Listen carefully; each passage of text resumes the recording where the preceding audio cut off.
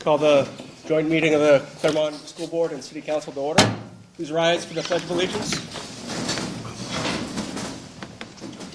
I pledge allegiance to the flag of the United States of America and to the republic for which it stands, one nation, under God, indivisible, with liberty and justice for all. Good evening, everybody.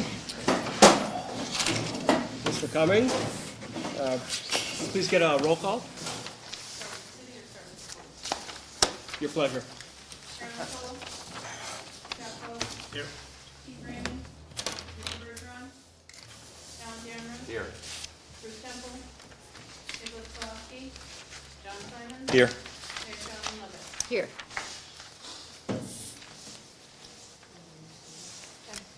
Chris Irish, Here. Patrick Fabian, Here. Michael Beecher, Here. Michelle Pierce, Frank Sprague, Here. Rebecca Zula. Here. And Brian Rapp. Here. Okay. Open it up for citizens forum. Anybody like to speak at citizens forum?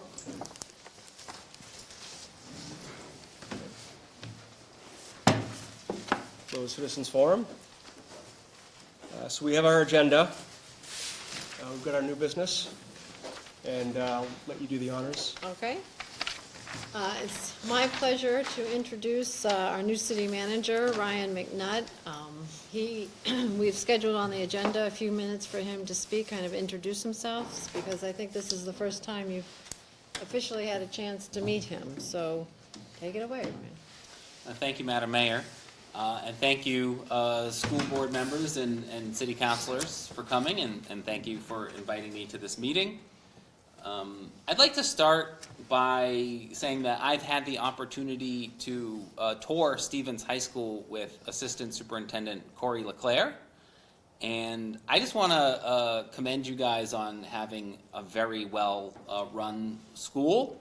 It's very attractive inside. It's very clean. I think the renovations that you did to the school are beautiful, and you got a lot for your money, and I think it shows how well your teaching staff is and your administrative staff by how well the students respect the school and the renovations. It's very rare to see high schools that have like hardwood flooring and have it be in that condition that it's in. The hallways were very clean. I've seen a lot of tough school districts and inner city schools, and in many cases the buildings are in tough shape, and in the worst case scenarios the students don't respect the building and it's not conducive to a good learning environment. But that was not my impression in any way of Stevens High School. It was absolutely a beautiful high school. So I really think that you guys have done a good job, and I want to commend you for that. Thank you. So I don't really have a big drawn-out spiel about myself. I started here on February 1st. I live up here in Claremont now. I'm happy to be here. I've had nothing but favorable impressions of the city. It definitely has challenges, as every city and town does, but I think that these are challenges that we can surmount if we all work together, and I'm encouraged by what I see, and I really look forward to working with all of you.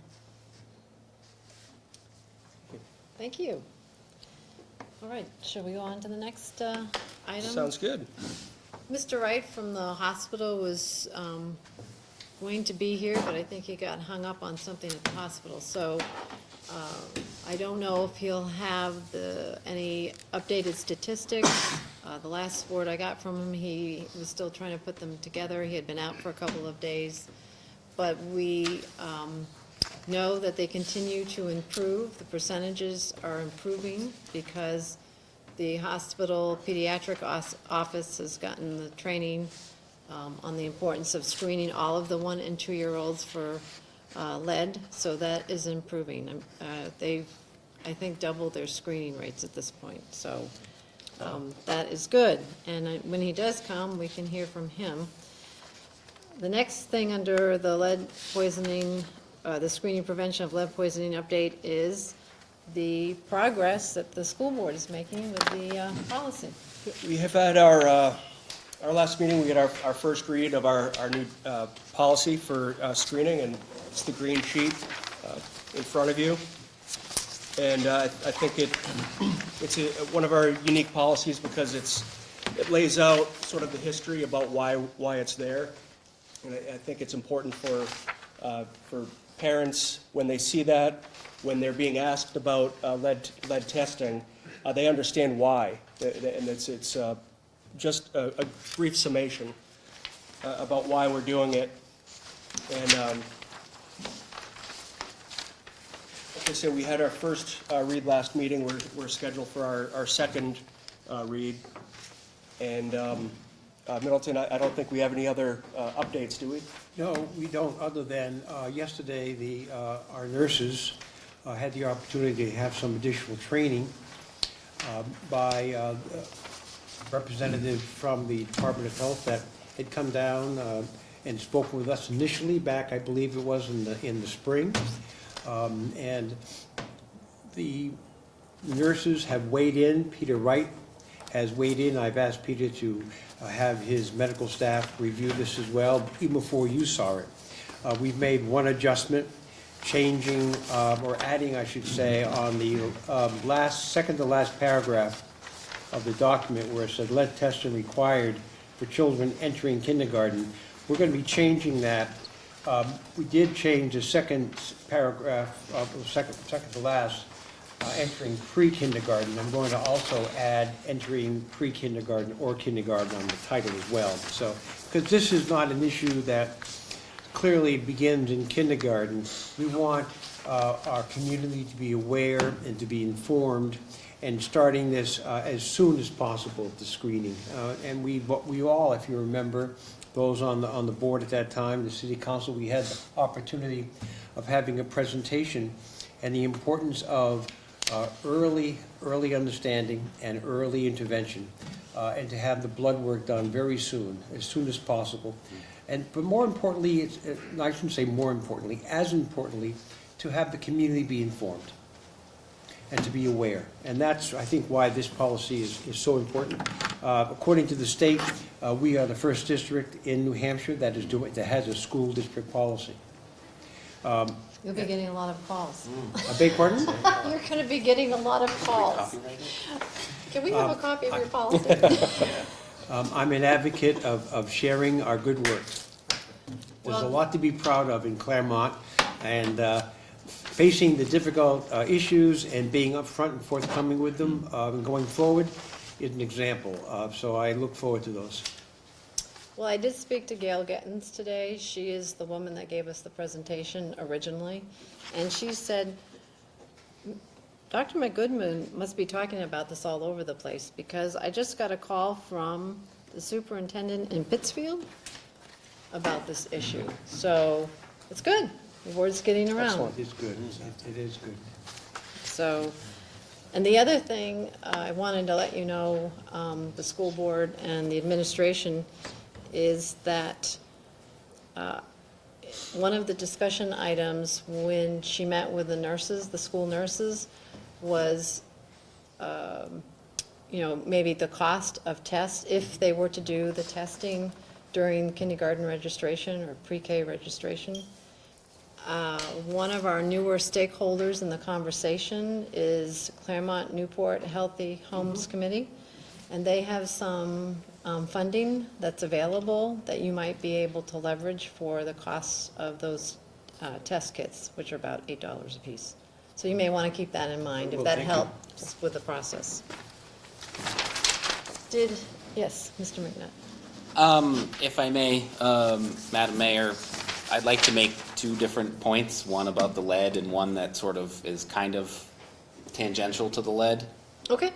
The first point is that it's absolutely very progressive and innovative what the SAU 6 is doing in terms of having the policy at the school board level. Yeah, nobody else in New Hampshire is doing that yet, but they all will be. So I commend you guys again for the forward thinking there. because this stuff is poison in our homes. So speaking of the fact that it's poison in our homes, there are opportunities coming down the line that we're going to try to take advantage of to try to get this poison out of as many homes in Claremont as possible. The federal government, through the Housing and Urban Development Department, has been releasing grant funds to states to abate this problem that has been in our homes since the 1970s. And we intend to partner with New Hampshire Housing Finance on their current grant round to get money and get contractors and have applicants in Claremont, and we'd like to try to abate as many homes as we possibly can in this grant round, and then build our own internal capacity to apply for these grants just as Claremont, and build the contractors and the testing capacity to work with property owners and eventually get all of the lead out of all of our homes. Something similar to that is our advanced efforts towards code enforcement here in Claremont. We have neighborhoods that are impacted by blight, and that blight impacts non-blighted abutting properties and reduces their property values. It also puts folks in unsafe conditions, and it has the potential for empty vacant properties, which also can attract crime. And one of the most powerful tools that many states use for this is the provision of receivership. When there is not a property owner that can be contacted or identified, or a property owner is unwilling to make the necessary code repairs to their building, there is a provision that allows judges to appoint specially vetted people to become receivers, and they make the corrections to those properties.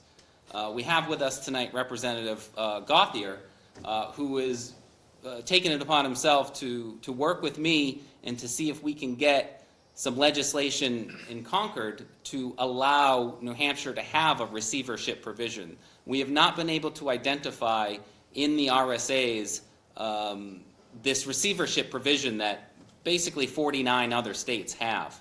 And if I could just really quickly educate some folks at home as to what I'm talking about. With the impact of municipal debt burden, coupled with the effects of declining real estate prices, municipalities are looking for novel and cost-effective approaches to address abandoned, blighted, and/or foreclosed properties that threaten the quality of life of their communities. In the vast majority of cases, matters can be resolved when a municipality is notified of a troubled property by tenants and/or neighboring residents. These parties would then report violations of health and safety codes to a municipal inspector, who would subsequently pressure the property owner with a series of escalating fines and/or citations in order to motivate the owner to bring the building up to code. Receivership is the use of a statutory power to seize buildings and place properties under control of a judicially supervised receiver that can be an effective tool to tackle the problem of troubled properties which repeatedly violate safety and sanitary codes. In short, receivership is an intervention tool designed to help communities address abandoned, blighted, and/or foreclosed properties that threaten the surrounding neighborhood. So we don't currently have this tool. It's a very effective tool, and I want to thank Representative Gauthier for helping me try to get this tool for Claremont and the rest of New Hampshire. Well, thank you very much. Another thing I'd like to see is Habitat for Humanities get involved a little bit deeper here. They're here in just in a small way. I'd like to see them here in a big way. Okay. One thing, and I know you talked about the lead paint issue, State Representative John Cloutier, but you know, I don't know if you knew, but the State Senate has passed a bill, Senate Bill 247, sponsored by Senator Fells of Concord, to deal with this issue. Now, I don't know how this will help Claremont, but we in the House are going to seriously consider this bill, so we will deal with the issue. I'll admit I'm not very familiar with the provisions because I'm not a co-sponsor of the bill, but I know Senator Fells well. So so we are going to really debate the issue of lead paint and what we can do to help our communities. It's my understanding the Senate is hearing that today. So, I may be wrong. Maybe I'm wrong. I thought they passed it, but okay, so a little bit of a clarification. We're getting a little ahead of ourselves. sorry. But before we get there, if it's okay, Representative Cloutier. Mr. Tebow? Yes. I'm sorry, you have a place at the table if you would like. What's the Senate bill? And if you would like to join us, that'd be great. Mr. Tebow is with Southwestern Community Services, and he is our newest stakeholder in this conversation with regard to the screening and prevention of lead poisoning in children. And if you'd like to take a few minutes to tell everybody here what Southwestern Community Services has been doing with regard to this issue, it'd be great. Sure. Again, my name is Keith. I represent Southwestern Community Services. We're the community action agency that serves Cheshire and Sullivan counties, and we've been dealing with the lead paint issue in the 2 counties that we serve for at least 20 years. We wish we could have done more over that time, but we've done with what we have. We have done a number of things. One of the programs we run is Head Start. All of our Head Start children are tested. They are interestingly, they are tested by members of our WIC program, Women, Infants, and Children's program, that provides nutrition and other well child clinics and so forth for children who are under the age of 5. So they're the ones who conduct the tests. We have also run a home rehabilitation program for the past 20-plus years. Some of that has focused specifically on lead paint abatement. We got a specific grant that did some work over in Newport several years ago. There are resources available for that kind of work. In the communities, we have folks on staff that are trained and certified in lead abatement and can write the specs and work with contractors. So I just would like to offer up us as a partner in this effort. Again, like your new manager, I cut my teeth on a lot of this work down in Massachusetts, where a lot of this work was undertaken quite some time ago, and it's a solvable problem. I don't have to tell you because you know about this problem, and what it means to an individual or a child. I've advocated on behalf of House Bill 247. It's had some fits and starts, but it's getting some traction. The state's starting to make its way, but I really want to commend the community here for taking on this issue. It's amazing how low the testing rates are in New Hampshire. Less than 20% of children get tested. And it's a simple test. It's very easy. I think the state, unfortunately, and a lot of other communities have decided to look away on this issue. As such, we've had, I think there's estimated over 1,000 children get poisoned annually on what is statewide on what is a solvable problem. This is not brain surgery. This is it can be done. It's physical. It's easy to find it, and it's relatively easy to get rid of it.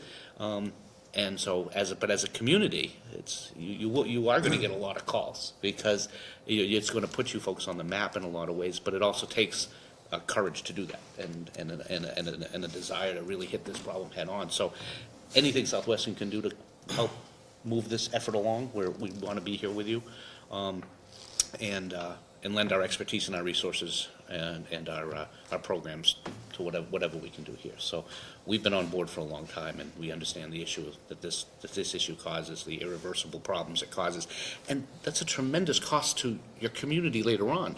Someone who's poisoned it's lifelong, and so it's again it's a laudable effort, and we stand ready to help with whatever we can do.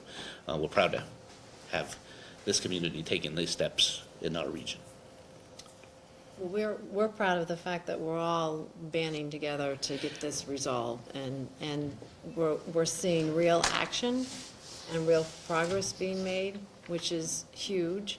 And we've got collaboration at all levels, both the governing bodies, organizations in the communities such as yours, and with the state level. So within the landlord community, and this legislation has been crafted with landlords in mind, but over the years I've known that I've seen and witnessed that many landlords are afraid to even take the first few steps into this issue for fear of being penalized or otherwise held accountable. I think having the leadership of this community weigh in on this issue and lead this issue will help move the bar significantly, because those who own property and really by and large, don't want to see this problem in their own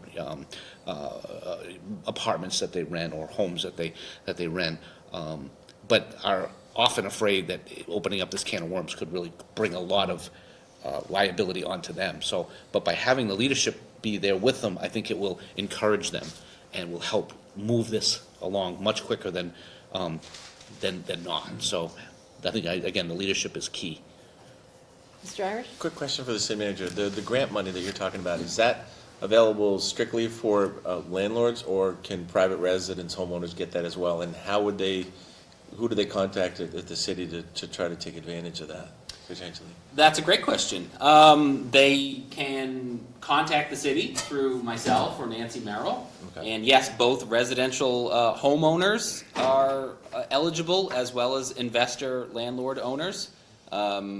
I believe under the federal rules, an investor owner has to have a 10% match, but there's still the chance to have 90% of the cost covered. So these are, and how long this grant funding will be available, this is a very limited opportunity. It's perfect time to become an applicant and take advantage. You could also give your applications to Southwest Community Services. They are a manager of this program. They're also a feeder into other managers of the program. So if they reach limited capacity, they could forward those on to New Hampshire Housing Finance. So yeah, either I would say, for the simplicity's sake, I would say send the applications or the interest to myself, and I will direct it to the right appropriate people. So could somehow we get a tutorial on the steps that people have to take in the community and then post it on either the Claremont, New Hampshire website, on the SAU 6 website, so people are very clear on what they need to do? And Yeah, I think we could easily bullet point out the process and put it up on the cable access television, the websites, every possible Yes. place we can. I think the sooner that we do that. What's up, Claremont, everywhere. Yeah. Everywhere we could possibly put it, and people will see it. Okay. Just a quick question. I'm assuming it's done through block grants? No, these Or are they direct grants to the homeowner? No, it's done, yeah, the money goes to an agency that has proven to the federal government that they have the capacity to administer this program. Okay. And then those programs are shaped where, from what I understand, it's pretty flexible. The agency can set it up as a low interest or a 0% interest loan, and they could get paid back over a period of time, and then the money would stay within the program, so the money would revolve into new further cases and outcomes, or they could just do it as a direct grant, and not have to have it be repaid back. Am I wrong in that? No, there are a variety. I've always understood the program, unless they've changed it. You've characterized it correctly. And the money can come from a variety of sources. HUD definitely has lead abatement money available in large grants. New Hampshire Housing has received several multi-million-dollar grants over the last several years statewide, and that's the program that's the most active right now. The more activity they have, the more likely they can get more grant money in. We did, when we did the project over in Newport, were able to attract community development block grant money from the New Hampshire Community Development Finance Authority, different entity, but also but that's another source. And my guess is if you do. If this does get good traction here in Claremont, the likelihood of being able to attract HUD money directly or through a federal, with help from some of our federal representatives and senators, could actually come here as well. So there's a variety of sources, because I think it's well documented how important attacking this issue is, and Claremont has one of the highest relative. It's one of the 8 highest risk. Exactly. Claremont's got as much, relatively speaking, as almost any other community in the state. So that's been recognized as well. So you're primed, I think, with, again, leadership and a push to attract resources from a variety of sectors to be able to attract this. And it can be deferred loans, it can be something that follows the property. There is usually some minor amount of match money that's necessary, but the vast bulk of it can get covered. House Bill 247 actually has, I think, $5 million worth of state money tied into that would be to assist owners. So there's yet another, that's a state fund if it makes it through. And I think you're right, it was being heard right around now. There was I believe it was a House committee that had wanted to table it.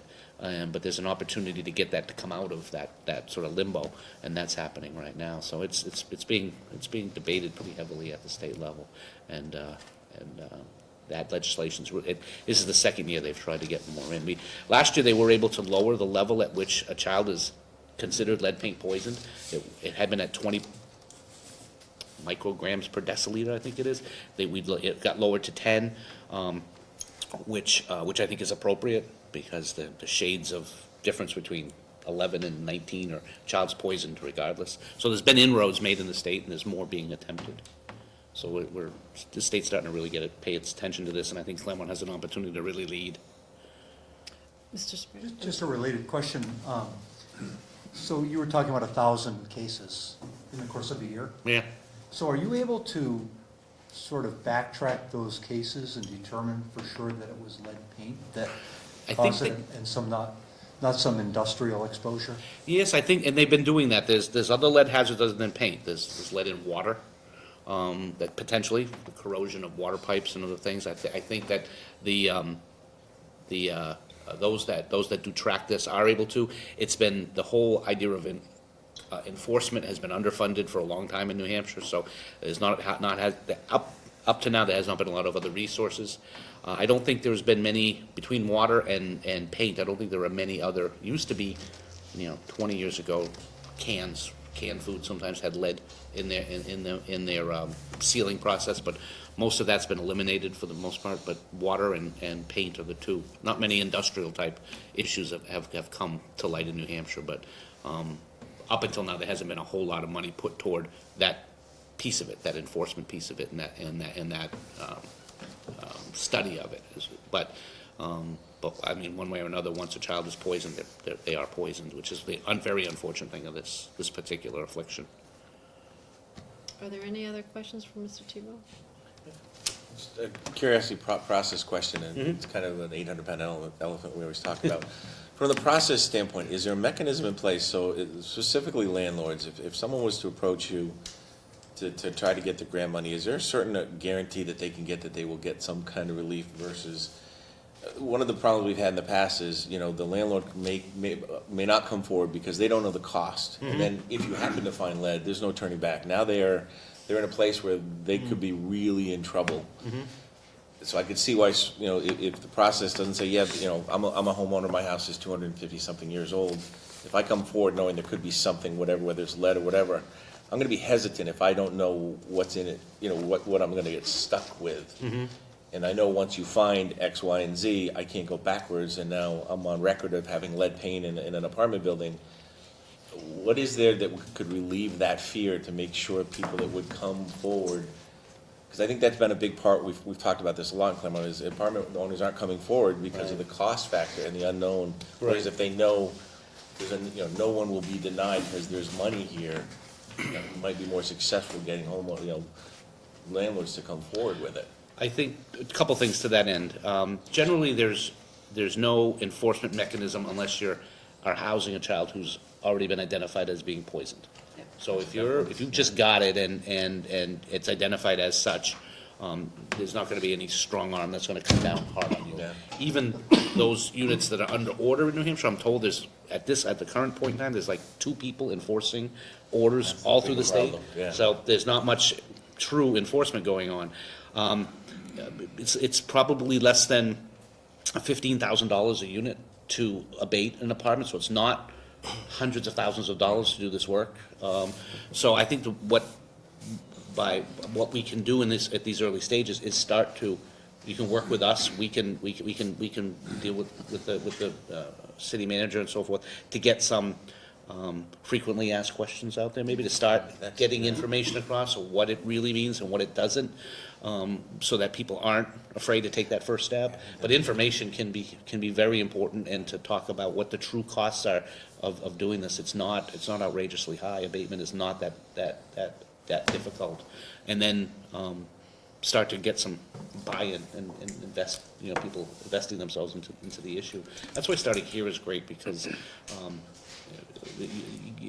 this is not intended to be punitive, it's intended No. to be helpful. And I think information's the best way to start. Can I piggyback on that one question? Sure. Because the other conversation we were talking last time was a lot of people, contractors, are not going through the certification process Yeah. because of the cost factor to get certified, to be able to abate them. So you have a shortage of people that can even legally abate the paint and then repaint. Do you guys have any mechanism to potentially help out in that area as I well? think, That may go hand in hand with, they traditionally have their contractor they use, and my contractor can't do it or says it's too expensive. Right. Back to the information. we can certainly provide information about what it really means to be, what the costs are to be certified, and what the process is. We know that cold. We can provide that kind of information to I the just wonder if community. some of that grant money could be better spent to potentially get more contractors certified. Yep, That then, trained.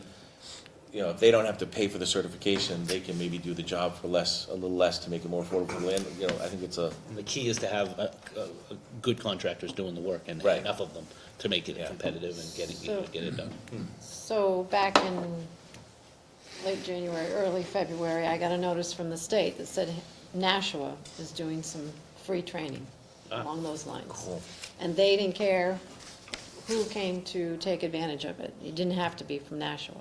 So when I got that message, I sent it over, I don't know if you were here yet, Mr. McNutt, but I sent it over to Planning and Development. They posted that opportunity up on the website, so the word will get out. But you're right, we do need more and more people being willing to It'd be be great if we could do that certified. here, have that training in Claremont, because I know a ton of contractors, and out of probably 50 friends that are contractors, I know one that is certified. Okay. So to answer that is the goal. My previous department in Massachusetts applied to the federal government. They got $3.2 million. So they've built their own capacity. They have created a pool of contractors, got them licensed and trained, and they sign agreements that for us paying for your training, you will dedicate a bulk of your activities to our community. So that's what I would like to do in a subsequent year. Right now, we've, New Hampshire Housing Finance was able to get in a successful grant narrative. So that gives me the time to work with them and then draft a grant narrative for Claremont on our own to send in next year in the subsequent grant rounds. Awesome. Right, because that window closed on the 23rd of March, right? Right, Yeah. it was a tight window for Yeah. this year. But congratulations on getting that done. So, It's a great plan. I understand that Mr. Wright is here, so Mr. Wright, you can sit at the table if you'd like.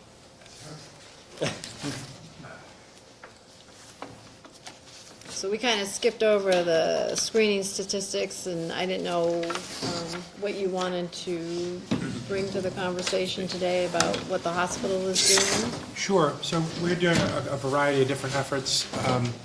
First, we applied for a grant to get a point-of-care testing lead screening device, which we were granted one and we're pending on another. So the first one is in our pediatric practice. Essentially what that does is it makes it easier, thank you, for both the practitioner and the patient and their parents to get the testing done. So if you have a 2-year-old child in a pediatric practice, it may seem easy just to walk across the street and get a venipuncture done to do the proper full-on lead test. But if you've ever tried to navigate a 2-year-old, you know they don't particularly like having a needle put in their arm. And holding them down still so we can do it right is a bit challenging as well. So we have a small finger prick test that will essentially, can be done right in the office and be able to test whether there's lead present or been exposure within the last 6 months. Unfortunately, everything that we can do is always after the fact, and really all we can do is provide knowledge. Once a child, particularly between 0 and 6 years old, is exposed the damage is done, it's irreversible. Once they're 6 years old, there's a membrane that forms around their brain that will essentially not prevent them from getting lead poisoning, but prevent the cognitive deficiencies that come as a result of that. So we've also been working with the school on some policies and some planning for screening efforts for that 0 to 6 age. I mean, really, what you want to do, the purpose of screening is to find out, okay, somebody has lead poisoning. And a reminder, it takes maybe a half a dozen particles that would be barely noticeable on the tip of your finger to be poisoned by lead. And I heard the discussion earlier about where that can happen. And these lead pipes and in the paint is really the only place left, but remember that has to be disturbed. So the lead pipes that are in the ground, unless they're corroding or rotting away, the risk of exposure in those water pipes is really quite small. The problem with paint is everybody scrapes or sands, and you sand that, it becomes aerosolized, and you're instantly poisoned. So that's really where we continue to find the highest level of exposures from a healthcare perspective. So we continue to work on this screening effort for 0 to 6. I can tell you that we worked with the state, with Gail Gaddens, thank you very much, to re-educate our providers and our nursing staff. We received more education about how to use this new machine. We pulled, in February, lead testing data for all of our primary care providers, and 50% of the screenings in the trailing 12 months had been done in December and January, which says to me, the age-old tradition, provide the education and the practice patterns will change, and I'm very pleased to say our providers have changed their screening habits once they've learned. And I apologize I was not able to pull a report for today, but I will give that to the mayor so she can share it with you folks in the future. I'm quite confident that those numbers are continuing to rise. Representative Gauthier? Can you tell us about how many or what percentage of those kids being tested are being tested positive now? I can't, for a variety of reasons. One, I don't get the test results, I just get the number of tests executed. And in any particular month, if the number isn't of a substantial size, I can't release it because it becomes patient identifiable. So who does have that information? We have to report everything to the state. So the state lead agency? The state office has all the statistics. Any lead test that's run in the state of New Hampshire, the results must be reported to the state. And we're obviously, our lab is compliant with that 100%. So there was a talk about Senate 247. We're following that on the hospital side. I've asked the New Hampshire Hospital Association to help me track it as well. And what my concern is that it was going to be, forgive my terminology, maybe re-referred, which means it may get stuck in committee until next year. I think something that everybody around the table can do, and the folks at home, is call as many of your legislators and folks at the state to make sure that that doesn't happen. There's no reason for that bill to be re-referred. It does require a little bit of budget funds, and we all know that in a budget year, even a nickel is a hard thing to scratch out in today's environment. But this is 100% health promotion, and it really is a public health effort. So to follow on with that, he is exactly right. The Senate is in session as we speak. I just got a note from the senator, our Senator Hennessy, who's supposed to have been here today, but session went long. They still haven't gotten to SB 247. The issue was, Representative Cloutier was right in that the Senate did pass the bill, SB 247, 17-6, and then they referred it to the Finance Committee in the Senate because they had a fiscal note. I think Mr. Tebow mentioned it was $3 million in each year, so there was about a $6 million note attached to it. The problem is going to be that if they can't find the money, or they don't want to spend the effort to find the money, then they're going to make the motion to re-refer it back to committee, and then it will be stuck there until the next legislative session. So I wrote back to the senator today. I said, thank you for keeping me apprised of the situation. If nothing else, if the money is the issue behind holding this up, and instead of risk putting it back to the next legislative session, at least do the universal testing. Because right now, even though the state's goal was to have 85% of 1- and 2-year-olds tested, the reality is in the state of New Hampshire, less than 60% of 1-year-olds are being tested, and less than 30% of 2-year-olds are being tested. So if they could just do that part and then address the money side of it next year, that would be better than losing the whole thing to the next legislative session. I would also encourage, it is a Medicaid regulation that all Medicaid recipients are supposed to be tested. Don't assume that because it's in that language that providers are even aware. The Medicaid regulations book are so thick and they change so frequently that it is next to impossible to keep up. So merely making it a requirement that, if you're a Medicaid provider, that you have to do this, doesn't mean that it's getting done, and it's not getting done out of negligence. It's getting done because it is impossible to keep up with the regulations in our industry. Is the school doing blood testing now? It's going to be a requirement for Are you incoming. doing it now? Not yet, no. Not yet. So you're getting machine or equipment? They're going to use our machine. We're going to partner with them to make sure that utilization happens. I think our biggest effort and potential with the schools is really to reach out to private daycares. I mean, what's really important is to get at this much earlier than 5 and 6 years old. So right now, does the parents have an option there? Or is it? Any screening, parents have to give permission. Yeah, if I may, we're still in the developmental stages of this. We're not, however, we're committed to have a very fast track. We started talking about the policy maybe 6-8 weeks ago, and it's going to be on a second read this week.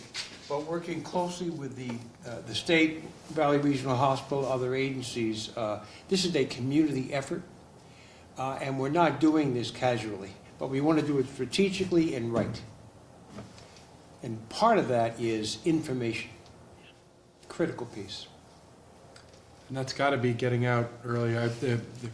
We call it the curve, but if you look at testing and you were to put everyone who's less than 1 year old, who's less than 2, less than 3, our peak in testing is now where it should be at 2, and then 3 years old, then 1, then 4 or 5, it starts to trail off, which is exactly, where you'd want it to be because of the mandated testing for the Medicaid recipients. But this is about getting out there and getting to those private daycares and care providers and getting to parents and saying this is essential, and holding it in some public forum and bringing, whether it's the school and the city and Valley Regional together to make a big deal and say, just come in and get tested. It's no out of, we can structure it so it's no out of pocket.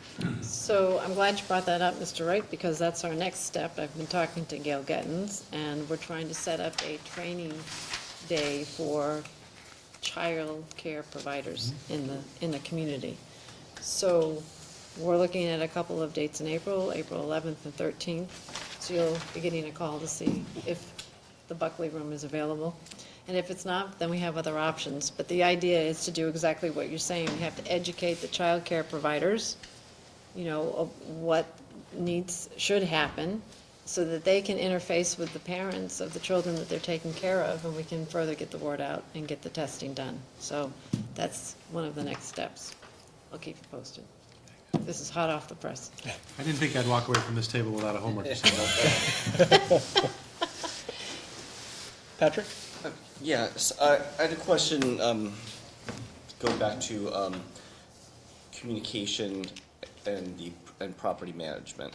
Because Mr. Thibault said what he had mentioned about a lot of misperceptions of property owners kind of reminded me about, and this is something that I imagine, Ms. McNutt, that you would predate you. I don't know if hopefully maybe someone on the council knows more about this, but I know that about 3 years ago that Nancy Merrill was talking with us when we were meeting with the citizens group about, and this So 3 years ago, her office and the city were finding that the amount of kind of misinformation that many property owners, for example, had about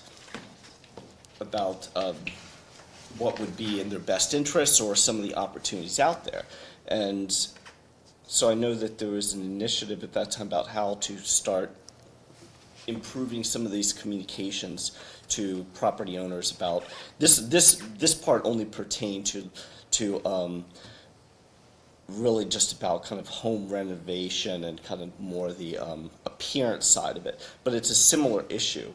I mean, this is kind of the health side of it, but I was curious if there's been any progress on, I think, with some of those community communications and public information's access with the community and some of these property owners, because I guess it all ties back to communication, that we can put this information up. I just want to know whether there's more that we can be doing, or have we made progress that people are going to be accessing the information or being able to find it. So we've made it part of our public education campaign using both traditional media and social media about lead poisoning.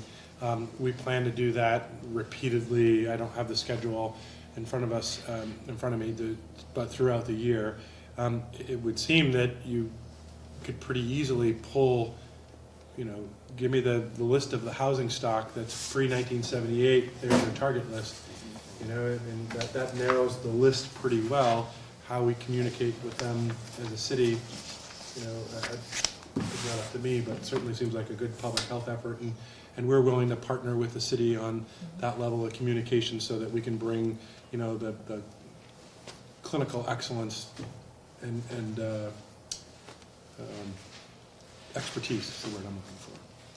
Well, weren't you recently on the radio talking about this? Oh, yeah, I've used I'm the chairman of the Public Health Commission for Sullivan County, and we do regular radio dialogue and updates on WCNL, and so I spent probably 20 minutes talking about it on the radio. Obviously, it's only a limited population that listens to that station at that time, and those people who hear my voice and decide to keep the radio on, but we'll continue to do that. I've got more of those coming up. We are also working with the county, the Public Health Council, to make this more than just a Claremont issue. I mean, I think it's almost every, if not every town in the county is a universal testing. And, as much action as we've taken and as far as we've gotten, most other communities haven't done anything. And so I think part of what our responsibility is as a community who understands this and is addressing it is to work with our counterparts, whether at other hospitals, other schools, other municipalities, other school boards, to really create the awareness in Newport and Charlestown and Unity and every corner of the county. I just went on the radio at WNTK, talked about the lead issue as well, and I've met with the new county manager to talk about what Claremont's doing. So, and I know Mr. McNutt has also met with the new Right. county manager. But as he said, I mean, it's a specific age of housing stock, and we can easily create that list. And what some other communities have done that's been very effective is just direct door-to-door canvassing of those households. I mean, just put the information in a person's hand, and you have that dialogue just one-to-one. So we're gonna build that capacity to have folks that we can get out there canvassing.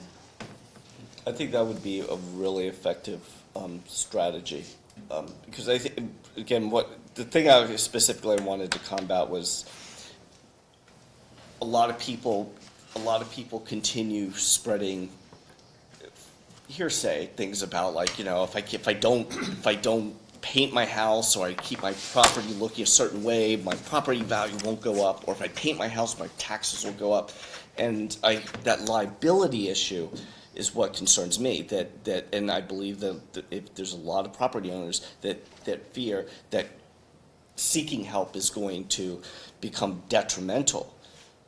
It's combating that. But I have to say, I've done a lot of canvassing, and it works.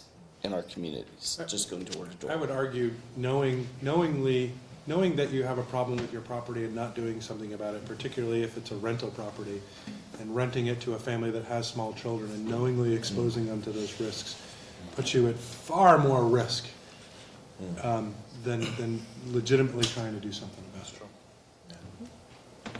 Did anybody else have any other questions? Yes, Mr.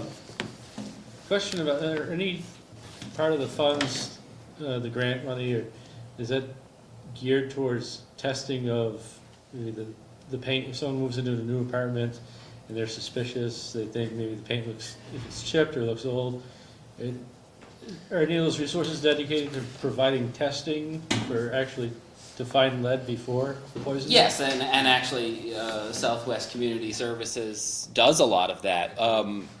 Anybody that uses CDBG funds, Community Development Block Grant funds, there's a very similar program through HUD called HOME, HOME.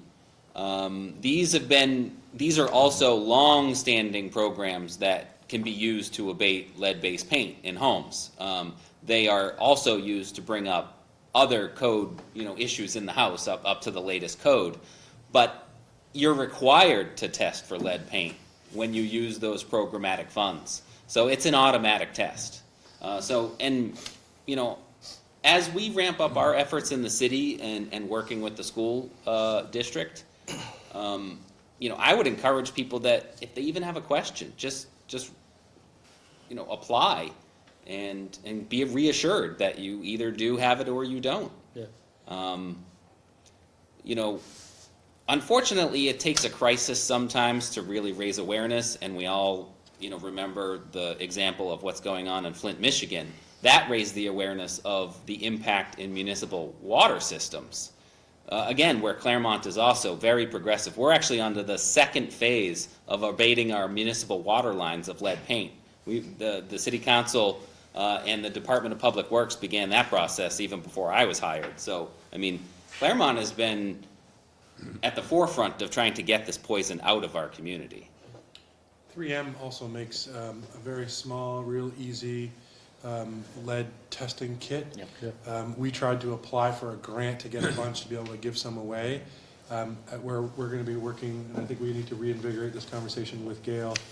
For some reason, we couldn't get it, so I'm not sure if individuals have to apply for a kit for their home or whether that's the city. We'll find out more information, but it's as easy as, a little tube, you crack it, and then there's a sponge and you just rub it on the area, and if it turns red, you've got lead. Right.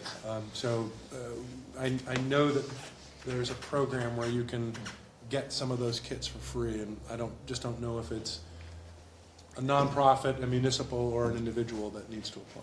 We'll figure that out. Is there any value to having some of these older properties tested when the city is in doing their inspections? Some of these multifamilies, would that be something where the city could sort of, when things are being checked out at a multifamily Like the smoke detectors? well, it's sort of like a health department issue almost, where if it's a multifamily, that's typically when the city gets involved with inspections. That might be a good time to have that test be part of even an ordinance, where it's required for testing. I think we'd want to check the rules. When Gail taught us about how this all goes down, I thought she said something about you can't really do anything unless you have a resident who has tested positive on a rental property. Then the city can proactively come in and make you abate. I don't know if you can. I think at this point in time, unless the state legislation changes, that the most you could do is, it's for information purposes, would you like to have a test, But we can chase that one down and see where we're at. But again, I want to remind everybody here, we want as much cooperation from the community as possible. So we don't want to approach it from a punitive standpoint. We want to be very helpful. We want to provide lots of information. We want to provide resources where people can reach out. and we want to make it as easy as possible. I think part of the issue, though, is a lot of the multifamilies don't have the owners living in them. Yeah. And it's hard to get in touch with them. And they're not necessarily going to be Proactive? proactive with testing. And that would be where, if you are doing your inspections, that would be a good time to, if it could be done by ordinance, require that. I think there's a difference between going in and saying we're doing it, and when you're doing an inspection, if someone's renting it and say, may we? You know, if you ask and they grant you permission, I'd be hard pressed to think there's a statute that prevents you from allowing that to happen, for sure. But what we could do, Mr. Abbott, in the meantime, is we have quarterly tax bills that go out. I have to get the council's permission, but I've done it in the past, is we will draft a letter, and we can talk about this, and it's just one more venue where we can communicate to the property owner, so it doesn't matter if he's living there or not, or he's getting the tax bill, he or she, then that's just one way we can communicate. But, did you want? Well, to Brian's point, because I realize when people are receiving assistance, and this isn't the stigma of it's not just low-income people that receive assistance. It's help take care of a building where they're just older and sickly and they receive assistance, but in order to receive assistance, the city has to come in and perform an inspection on the apartment before they can move in and before they can get assistance. I can't imagine why that wouldn't be the perfect opportunity to just include lead testing as part of it. Otherwise, to me, it's like requiring a smoke detector after the house burns down. To me, it makes more sense, especially if they're getting any kind of assistance and we have to inspect that apartment anyway. Be the perfect opportunity to just include it in an ordinance. Right. I That's think one our piece. I think our goal, again, because this is something that we don't want to be seen as punitive. We really want to get as much compliance, because it's not about holding anybody to account. It's just about getting rid of the poison. Right. If we are able to successfully apply and get our own grant, that grant comes with administrative funds, and it allows a community to build the capacity to self-manage its own program. And in that, we would have testing kits, and we would have licensed, inspectors and folks that can abate. So that way, we would have our own inherent capacity. And you're right, if we put in some type of language, and I agree, it should be probably at the front end, it should be more of the may instead of the shall.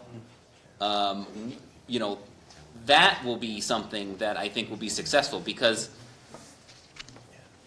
landlords are kind of afraid of this. They're afraid of being labeled as the cause, and it's not. I mean, this is it's older housing stock. In the 1970s, they thought this was the paint to use. It lasted long, it was durable. That was great. Nobody believed it was poison. Lead Now we shields. subsequently know that it's poison. Market it as a strategic advantage to have lead in your paint.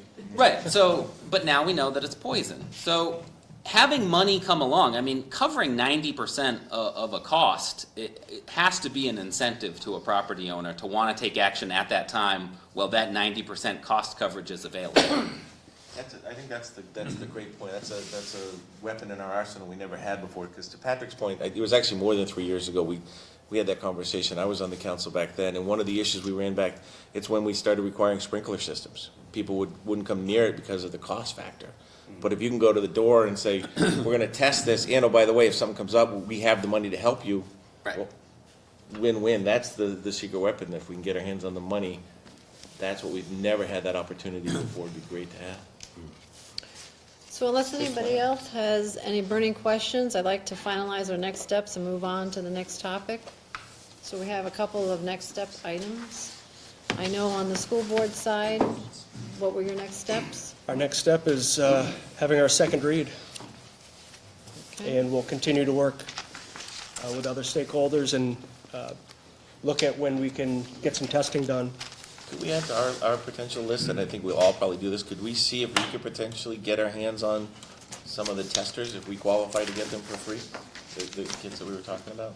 They only had two more, the state only had two more in their stock, and there were people kicking and screaming. So it's a one-shot. But I would just say, look, our tester is a community tester. I mean, we'll go anywhere, as long as we can figure out how to staff it, we'll go anywhere that the city wants for our community testing project. It's part of And- our mission. And you weren't here when I mentioned before that one of our newer stakeholders in this conversation is Claremont Newport Healthy Homes. And they told me that they had some funding, some grant funding, and if they can assist with buying test kits, like at registration for kindergarten or pre-kindergarten, they could possibly do that. Sure. So that's just an option. And on the council side, we'll look at,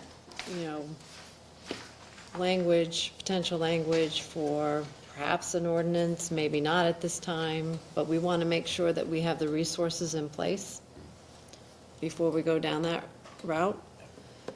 We're going to have the child care provider training. We're looking at either April 11th or the 13th. And I was supposed to pass on to you that could be opened up to nurses who also would like to be trained, because she can provide CEU credits for that. So that will be coming up soon. Was there anything else? Does that cover it? Only that the goal is to have this fully operational for the entering preschool Right. children. Or let's put it this way, fully operational within the next month. Operational meaning information, being sure that the community is aware, and also to just strengthen our partnerships with Valley Regional and the state, with the city, as we go forward together with this. It's not going to be an inoculation that's going to fix it. It's going to be an incremental process. And we just can't post something and figure we've done it. Two other things, in case SB 247 does get through today, then we'll need to rally the troops again and advocate for this bill on the House side. If it gets voted to re-refer it to committee, then from a legislative perspective, we can't do anything else until the next legislative session.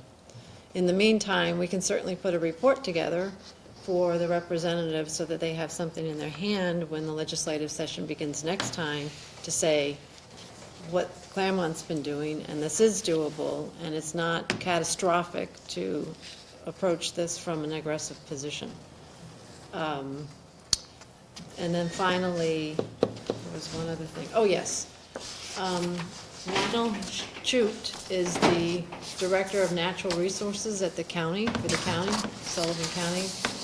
And he talked to me about what can happen when people plant their gardens in lead-contaminated soil. It does go up into the plant, and you do ingest the lead poisoning that way through the plants. So I have asked him to do some type of presentation in June when we meet again.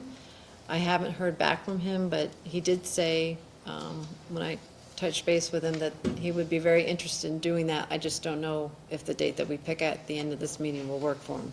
But that's in the works as well.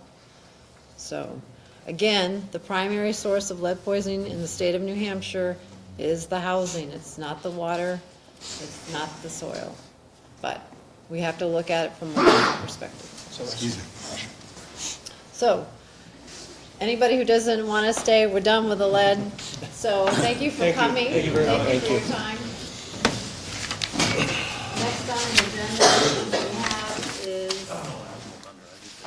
New Hampshire's responsibility to fund public education. And we have with us tonight Tom Canair, and he is going to present. Thank you. Just so I can see everybody, if it's okay. Sure. I'll stand up here, so if you want to try to find this.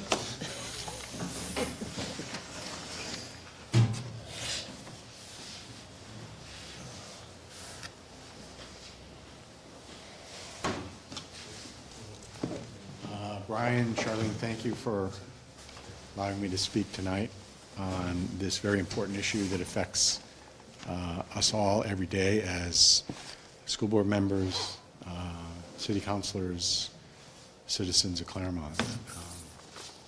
This is on the state's responsibility to fund education. This is just going to be an overview. There's a lot of nuts and bolts here, and I've gone over with some of this with Middleton.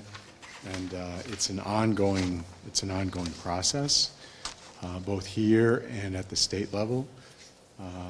John Cloutier, Representative Cloutier, has been very vigilant over the many years about working on this, and we've had the support almost always of our representatives and senators, and we thank you for that. Education is not just a nice thing to have. It's not just a luxury of a rich community.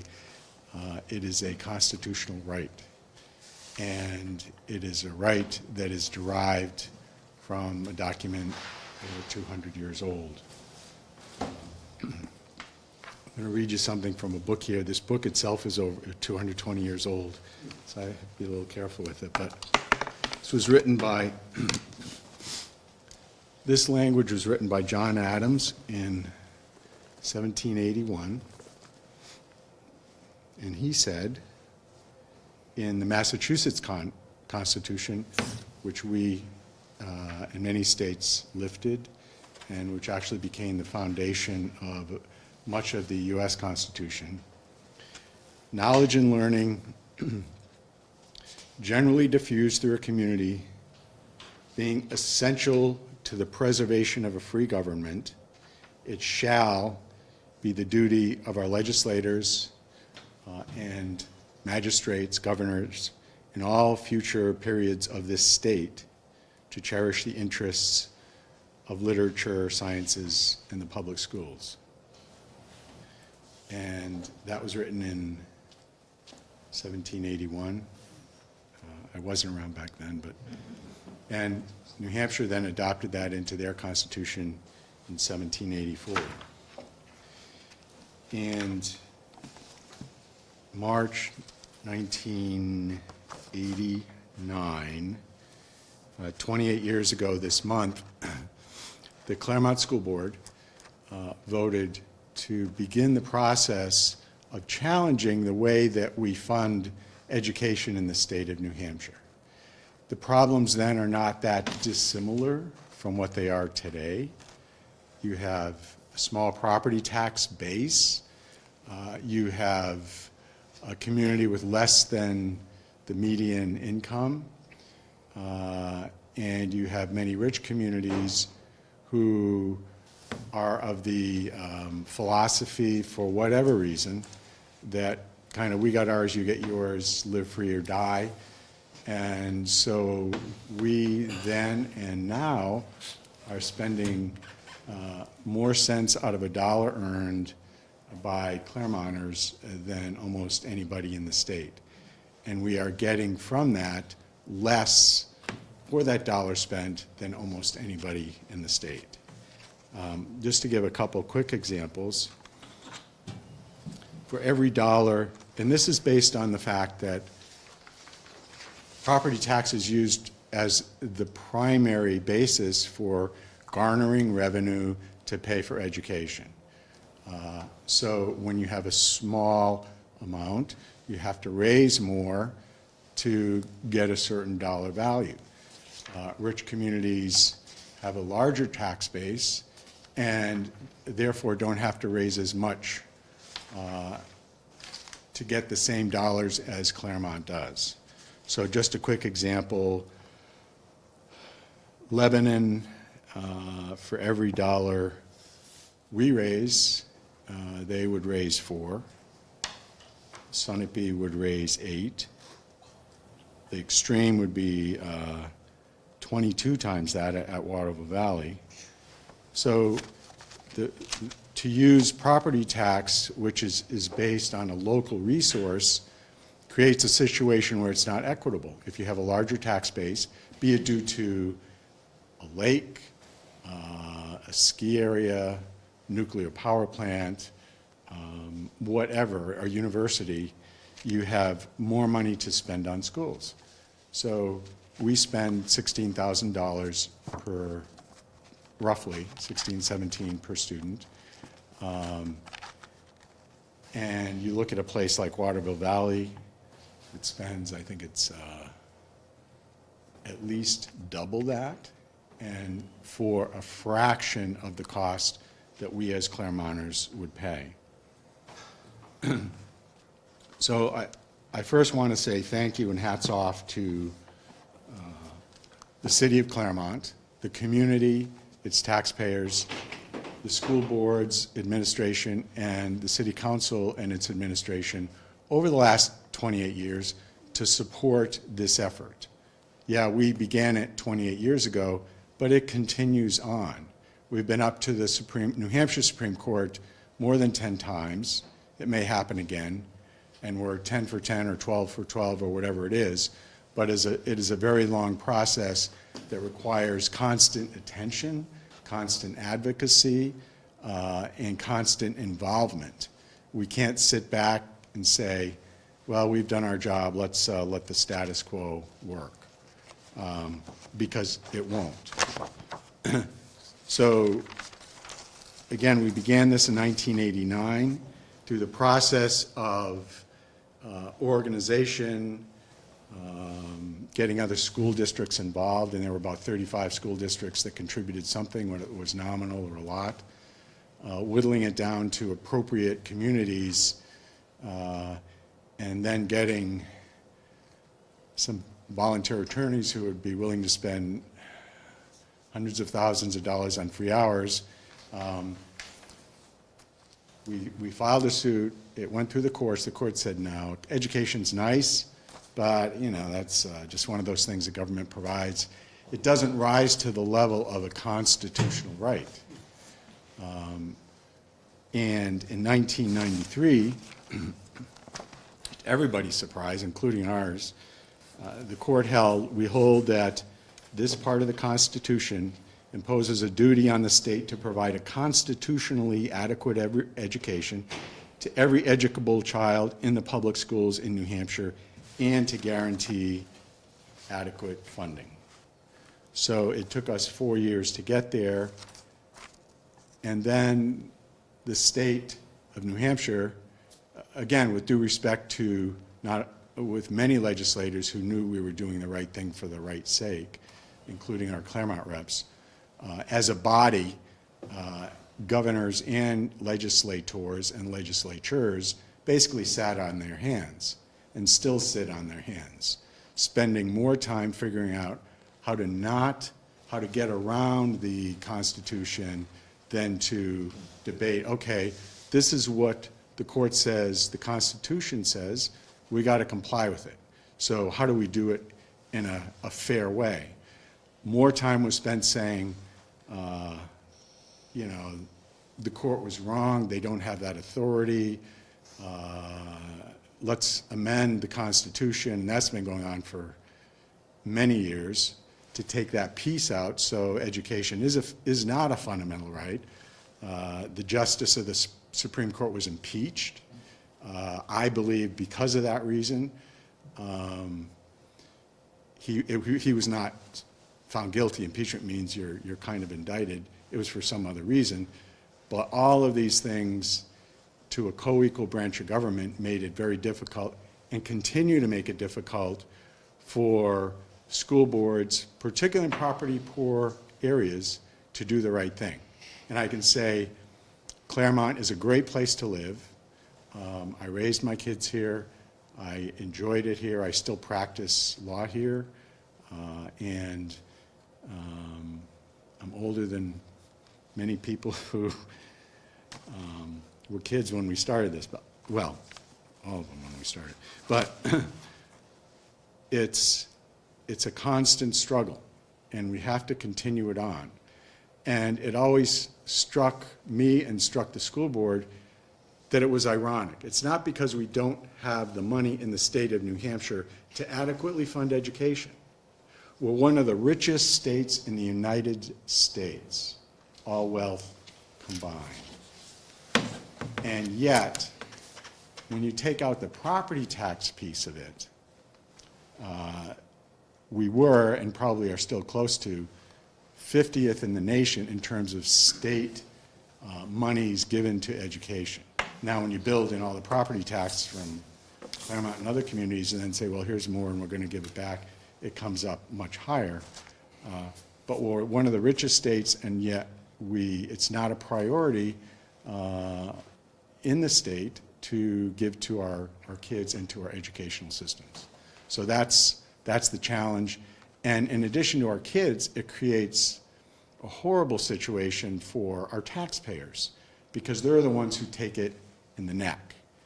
And Claremont, again, we're a healthy, vibrant community, but the salary range is much lower than other communities. The last census had us at the lowest of 8%.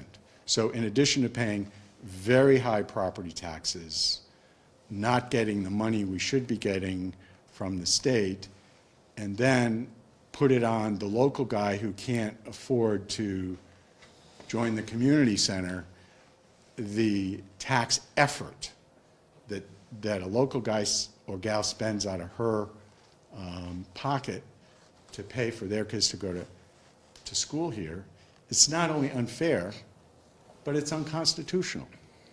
And we have to continue that fight. So, as I said, it went back and forth many times. The first one was in '93.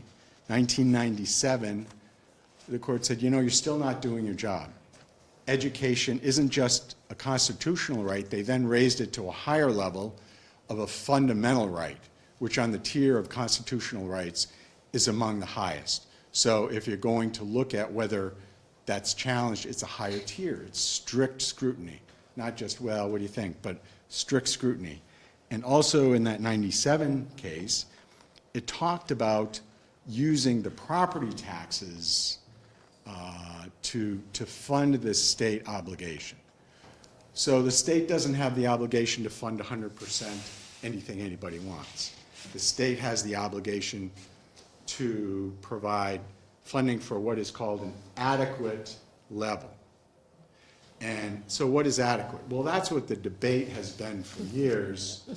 Well, adequacy is this. They really shouldn't have called it adequate, because adequate has a negative connotation, where in fact they should have called it quality. So they don't have to buy a Cadillac. They don't have to spend $32,000 like Waterville Valley does. But how about the median?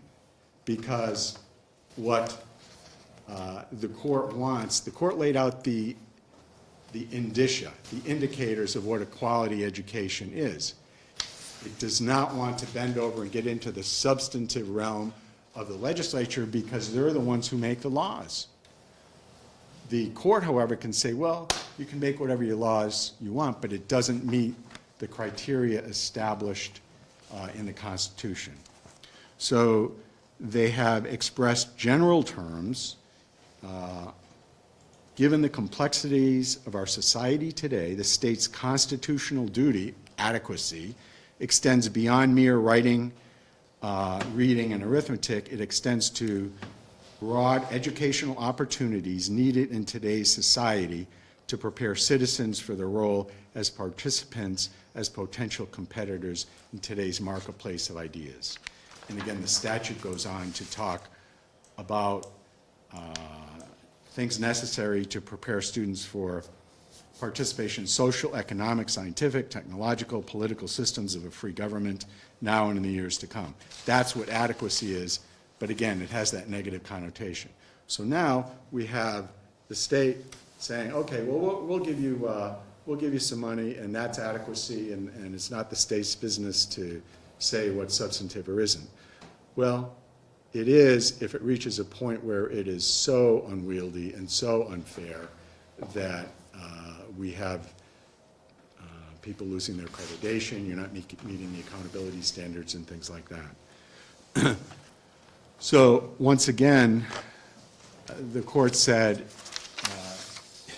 in 2006, again, this is 13 years after these repeated cases, yeah, we're the judiciary, we're not going to tell you what to do. You do the substance of it, but boy, you got to do more than you're doing now because you're sitting on your hands. I didn't write that opinion, but so, and then it said, respectful of the legislative and executive branches, each time this court has been requested to define the substantive content of a constitutionally adequate public education, we have properly demurred. We have deferred. That's not our role. However, deference has its limits. We agree with the concern that this court or any court not take over the legislature's role in shaping educational policy, but for almost 13 years, we have refrained from doing so and continue to refrain today. However, the judiciary has a responsibility to ensure constitutional rights not be hollowed out, and in the absence of action by other branches, a judicial remedy is not only appropriate, but essential. And that has happened in rare cases. It's happened in busing. It has happened in Massachusetts once, in courts taking over some of the Boston schools. It's not the optimum because it kind of indicates things are dysfunctional at that tri-governmental level, which in spite of our legislatures thought that there's only one branch of government in the state, and there are two other committees. We do have three branches: judicial, legislative, magistrate, governor, and that the Supreme Court does have the right. There's a checks and balances. And you go back to, John Adams. Here we are, 2 years after they had fought life and limb to win the Revolutionary War.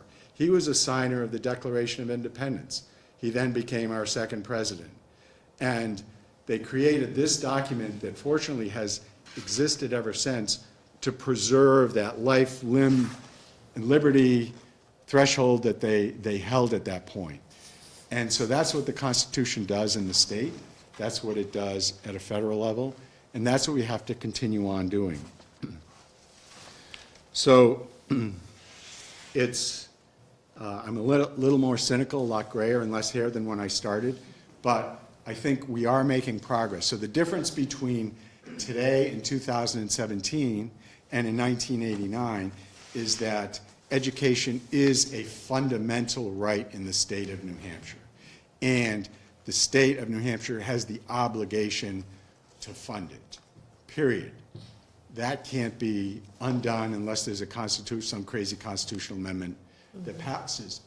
So now the task is to hold our legislators and others feet to the fire and say, hey, look, you're not doing your job. Do it. We can't, the status quo is, it's not only unfair, again, and Middleton, you can speak to what's happening in the trenches. It's not only and City Council can speak to at a city level with the taxes. It's not only unfair, but it's unconstitutional. And it's the status quo. But we should never be afraid to question the status quo because people say, well, you can't change that. That's where it's always going to be. That's not appropriate. Justice is not served that way. So I would encourage all of you to continue to, as you have been, stand up, speak your piece, shout from the rooftops if you need to, and keep up the good work. So with that, thank you for letting me vent a little and to speak, but we've come a long way, but we still have a long way to go.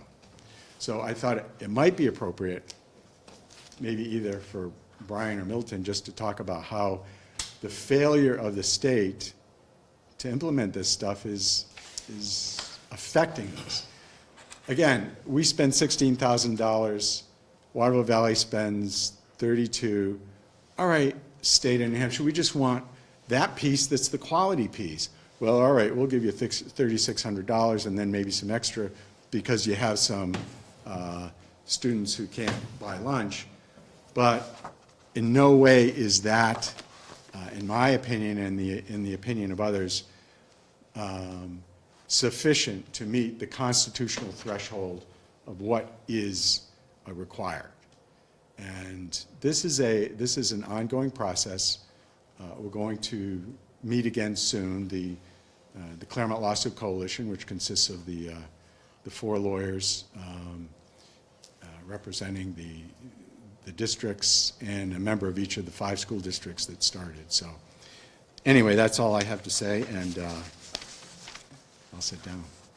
Thank you, Mr. Kinnair. And before I turn it over to the school board for that follow-on that you suggested, I just want to remind everybody why we're discussing this at the joint level. Yes, it's an education issue, but from a global issue, it impacts this community as far as growing, and it impacts this community as far as what the perception is of the Claremont school system. So unless we can get some help from the state level, we're really fighting an uphill battle in growing this community and projecting what we know, because we have kids that have come through the school system, that we do offer a quality education, but we're really, really constrained in how we can do that. And we're at, I think, this last budgetary session, we all understand that the school district has done a stellar job, but it can't continue.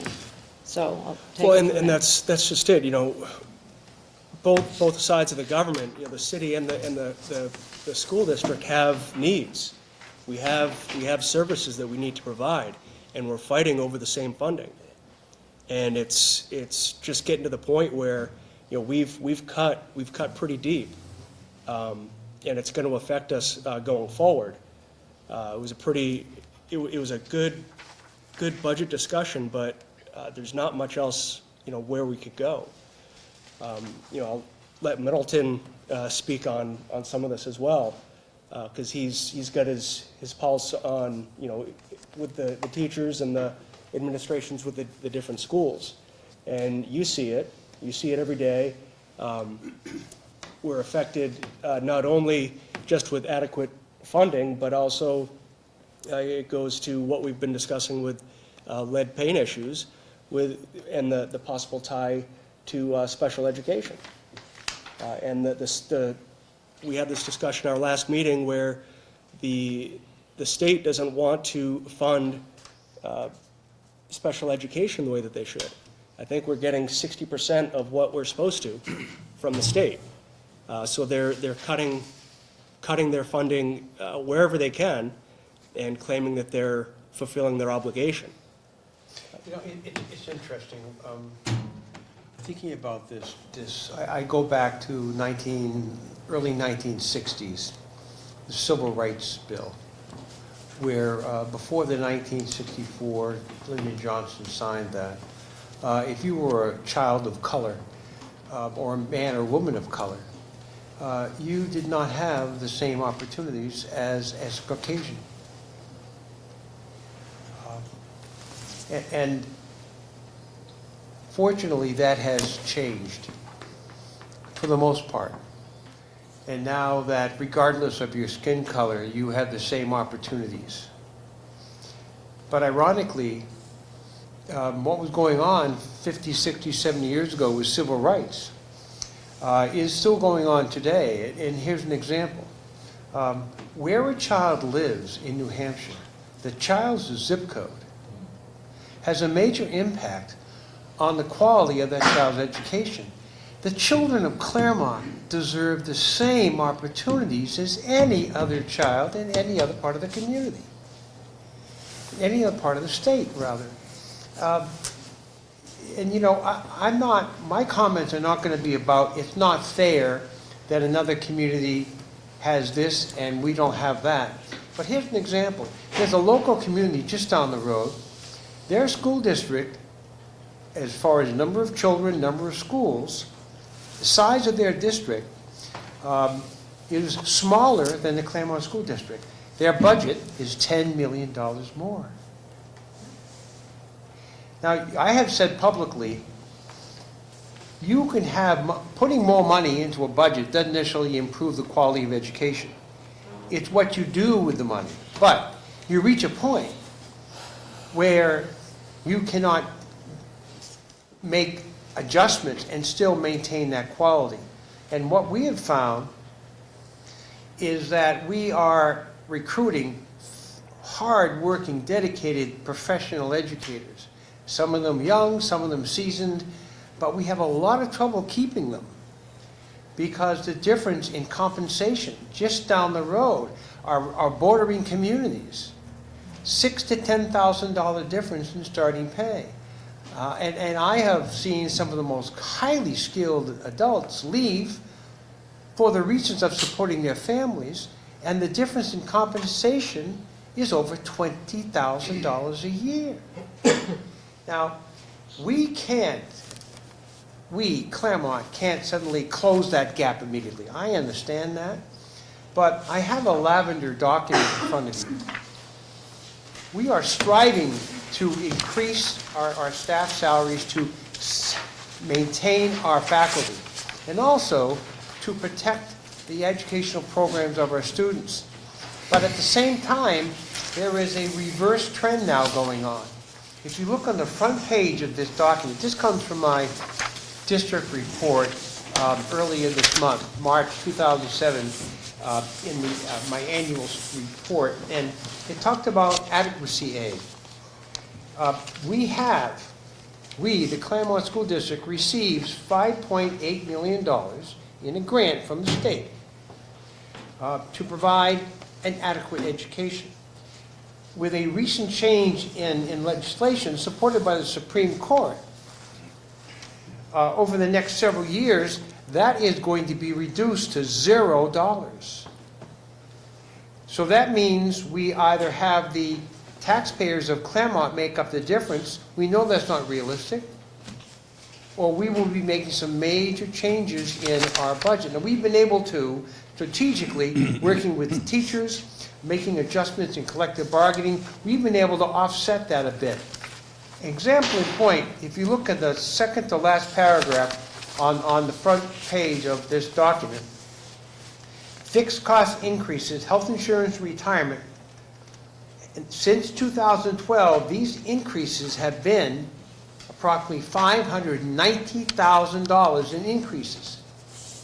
But since 2015-16 school year and the 16-17 school year, the combined budgets have increased $64,000. So how do you have almost $590,000 increase in fixed costs, health insurance and retirement? And by the way, the retirement has been increasing because the state, which used to pay 35% of it, is now saying, municipalities, you pay it. So you have a $590,000 increase in fixed costs, but the budget over 2 years has gone up $64,000. How does that happen? By continuously compressing, strategically restructuring. And we're at a point now where squeezing this piece of fruit, we're just about dry. And if this continues, and I am not an alarmist, but I've been around the track a few times. In Massachusetts, I was telling Tom Kinnear, in Massachusetts in the late 1980s, with the lack of local aid, lack of support from the state, we had to have Proposition 2.5 in the early 1980s. It reached a point where towns had to have overrides because we didn't have enough revenue to support our districts. And the communities were not receptive. And so major program reductions where class sizes got into the low 30s, art, music,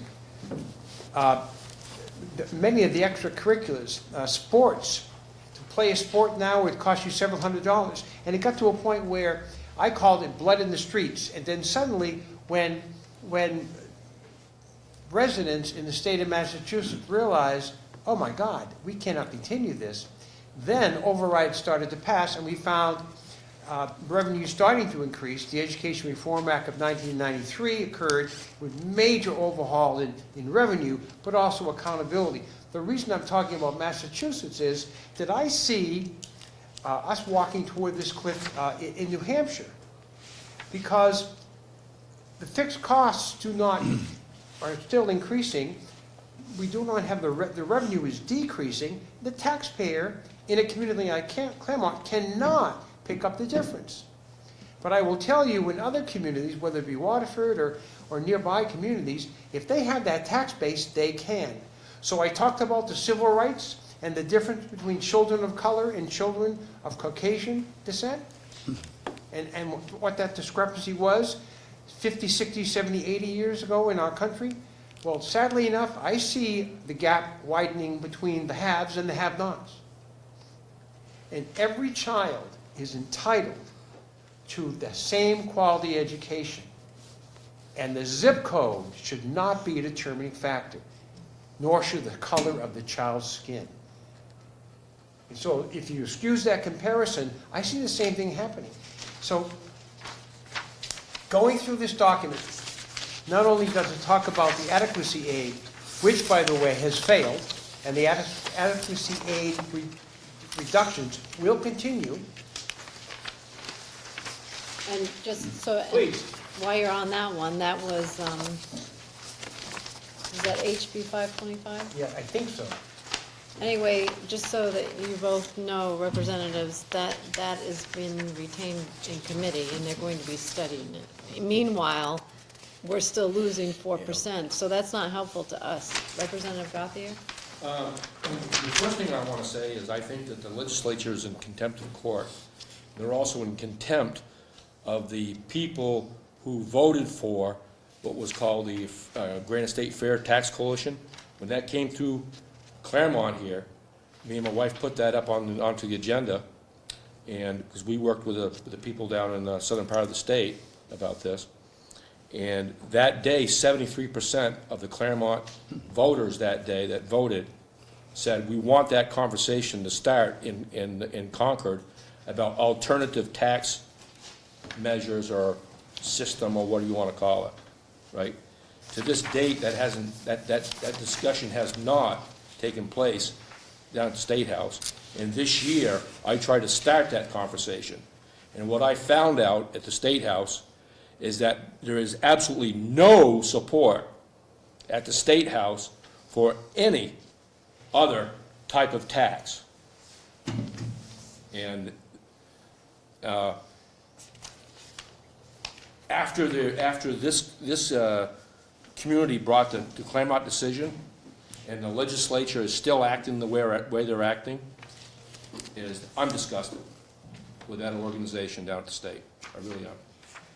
If I may just wrap up, because I do not want to monopolize, on the third of the second to last page in this document, it says Senate Bill 192, Education Savings Account Bill. Adequacy aid reduction of 4%, if left unchecked, over the next 18 or so years, will take over $5 million from the education opportunities of children in this community. Senate Bill 193 is a voucher bill and seeks to provide monetary incentives for parents to withdraw their children from public school. The bill provides that if a student withdraws from public school or charter public school, that student is eligible to receive a scholarship equal to the state adequacy aid grant the school district would otherwise have received. So I have no ill feelings toward parochial schools or private schools, but this bill, if it goes unchecked, will allow parents, which is their right, to have their child go elsewhere, and that's a parent's right. But the funding to help support that would come from public education. And if you go through this, I'm going to Concord with several other superintendents next Tuesday, April 4th, to testify. This is a very, very serious matter, and if you take there are approximately 25,000 New Hampshire students who might be eligible for this particular scholarship. 5,000 are homeschooled, 3,000 charter schools, and 17,000 are independent schools. At $3,000 each, that's $75 million. So it's important that the community in Claremont, let alone statewide, understands that not only do we have an issue of adequacy, but now we have an issue where funding intended and designed for public education will be diverted, if the parents choose to a non-public. And where will that difference be made up by? So I'm a real advocate that when you have a challenge, it's an opportunity. So I am not saying we're in serious trouble. I'm saying we have to be, just similar to lead, we must be informed of the seriousness of this, and we must have our voices be heard in Concord. And if we do not do this, then I fear that history, similar to Massachusetts in the late 1980s, will repeat itself. Because we don't have the tax base to make up the difference in our community, as many other communities don't. So children are not entitled to a free and appropriate education of equal status to their peers. Their education is based on where they live. And that's wrong. That is wrong. Go ahead. I've got to, because if I forget all this, there's so many buttons being pushed. And Tom, I really appreciate the presentation, and I can't be as positive as either one of you are. We are in serious trouble, and I think I'm more cynical than you are about this now, in watching how the state has handled this. They've never provided the education or the funding, and I've said it since the Claremont suit before that, back in 88, 89. If they just fully funded the Augenblick formula, we would have never had a Claremont lawsuit. So I think we've gone backwards in a lot of ways. And, you know, to Middleton's point, I think what scares me now, and it's worse, is this misinformation that's happening and this push to, we can have school choice and we can do vouchers. I got in a great argument with the lobbyist in Concord the other day about this topic, and they just kept saying, well, if public schools would do better, no one would want to leave, as they're taking our funding away from the public schools. And I wanted to say this while our representatives are here, because not only should you be fighting the voucher schools, I would love to see you introduce legislation that would say once and for all that charter schools, parochial schools are not public schools, no matter how you try to spin them, because not everybody is eligible to go to those schools. They are not public schools. They never can be, because none of us at this table, some of us could potentially afford to go to those schools, but the rest of us can't. That's what public schools are supposed to be about, is for everybody to have a chance. And if you can afford better, have at it on your dime. But these schools, to consider these schools somehow a public school, when even at the best percentage, 25% of the kids in New Hampshire could potentially go to one of those other schools, what about the other 75%? So public school is 100% opportunity. Those schools are not public schools. And every dime that goes to a private school, a parochial school, let alone a religious school, that's a whole other conversation. That money is coming away from an already strapped situation. And, you know, to the mayor's point, it is sort of an education conversation, but to me it's always been, it's a funding, no matter how we get around it. I've been on the city council, I've been on the school board, I've been a state rep, and when it comes to the state, nobody cares about us, because the majority of those representatives in New Hampshire, in Concord, are from communities that don't have this issue. It's not about education, it's about money and it's about funding, and they don't want to change that. And it's whatever the conversation, it's always going to be about that funding source. And until we have that conversation, you're going to be having this conversation for the rest of your life as well as I have. I've been yelling and screaming about this for 30 years too, and it keeps coming back to adequate. I don't want my kid to have an adequate education. I want my kid to have the best education they have, but it stops at funding. And the other piece of the puzzle that we haven't talked about, where it's why for me it's more serious than it's ever been. The charter school issue, if the state of New Hampshire goes this route, it's one nail in the coffin for public education. Because I don't see what we have in New Hampshire as public education. I see we have every community fighting for themselves to have their schools to survive. We don't have a big umbrella anymore. We're all on our own to do the best we can. But we're also, as school districts, we're now being forced by the state, to Brian's point, we're not providing just education anymore. We're providing meeting social needs, we're meeting medical needs. We've talked about lead poisoning tonight. The state's not giving us any funding for this. So to think that we've somehow progressed, we've progressed. I will say this, I remember in 1989, I was on a school board somewhere else in the state when the lawsuit started to happen, and the perception of Claremont was horrific, and it was a black eye for years. That's where we progress. We've made people realize Claremont is an amazing place to live, and we are doing amazing things with very limited resources. So from that standpoint, we have progressed.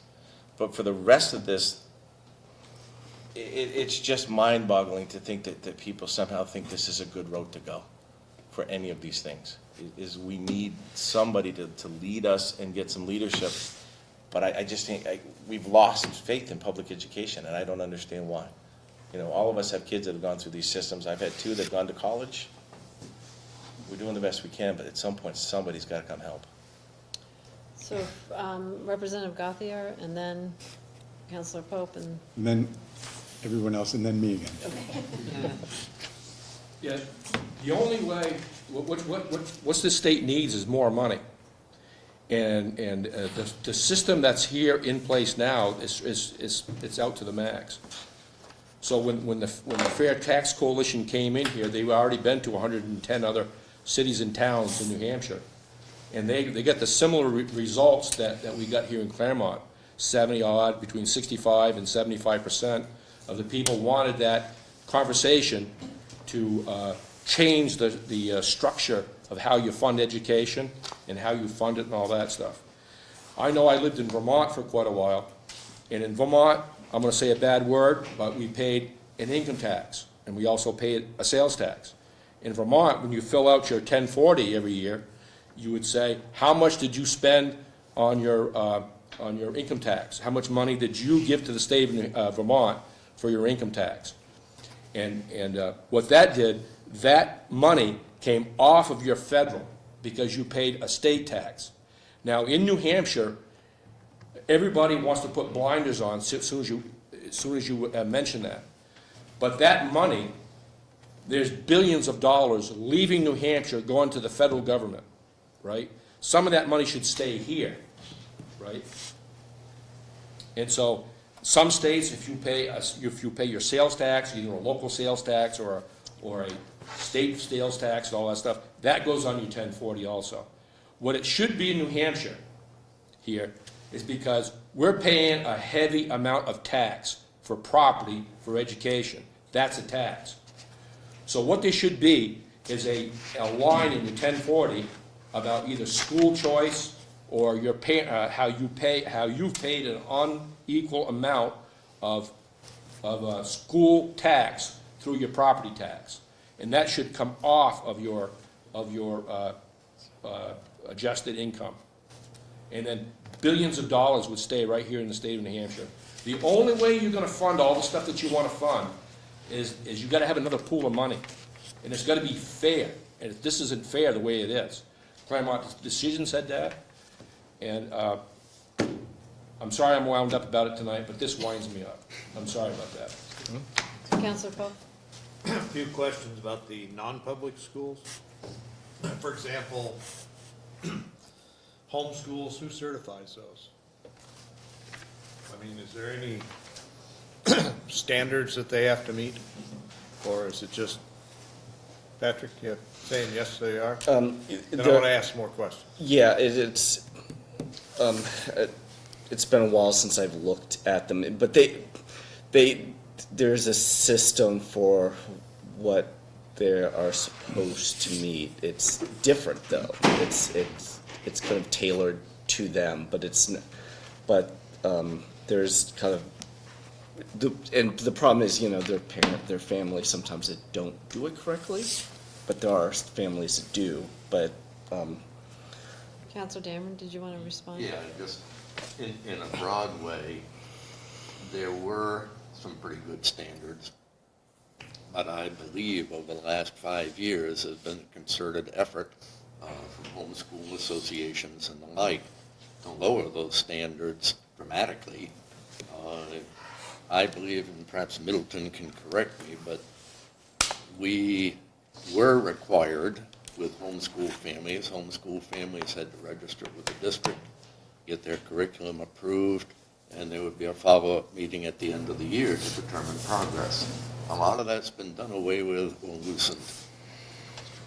It's been done, if I may, it's been done away with to the point where, by current statute, and homeschool parents, very dedicated group, so it's unfair to have a blanket label. But here's the accountability is gone.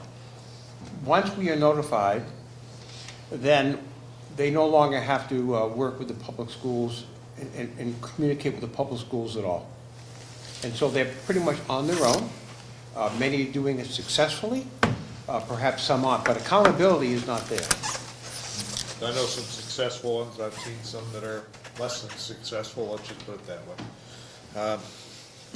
But I was just wondering the certification on all these. So basically these people, and I have seen this happen before, a person goes to do homeschooling in September, they get their $3,000 plus, if I remember right, there was also the additional aid from another part of that. And homeschooling's not working out, so they come back to the public schools, say about November when things get cold. Do they keep that money, or do they have to give it back? I can't answer that question. No. Great question. I mean, then they go through and then they decide to leave again, do they get another $5,000 or $3,000? And- Well, I don't know. Yeah, I'm just not sure about this, there's someone, if I'm asking this Don't know question, the distribution someone of else that has money. figured this out too, so. I don't know how the state distributes that money, whether it's ratably over a period of time, or here you've got your $3,000 up front, or exactly how that happens. But that's a great question. As I said, if I'm asking this question, then someone else has probably figured this out by now, so. I think it's important, though, that there's clearly. Wouldn't guarantee that. Have and have-not situation. If you have a private tuition of $20,000, the scholarship going to a private school would be $3,000 to $4,000 from the public education money to that parent. So it would really come down to, can parents afford to make up that difference? Some can, but most cannot. So the drawing of public school funding is not done equitably. It's done really for those who have the difference financially to make up the difference. For the wealthy. It is, it's the choice of the wealthy, there's no way around it. I understand. Was there anybody else before we go back to? Yeah, well, I wanted to jump back to the stabilization grant. I mean, honestly, I've had so many concerns regarding SB 193. I mean, I guess the more I'm seeing with that, all I can say is, it sounds like that, my concern is the funding and the information, it just seems like it's just full of, it's muddy. It's pretty frightening because of just the lack of clarity and information. So that's another issue. But I did want to jump back a question about the stabilization grant. Given the fact that aid was tied, to my understanding, was tied directly to a court ruling on constitutionality. When they've decided to when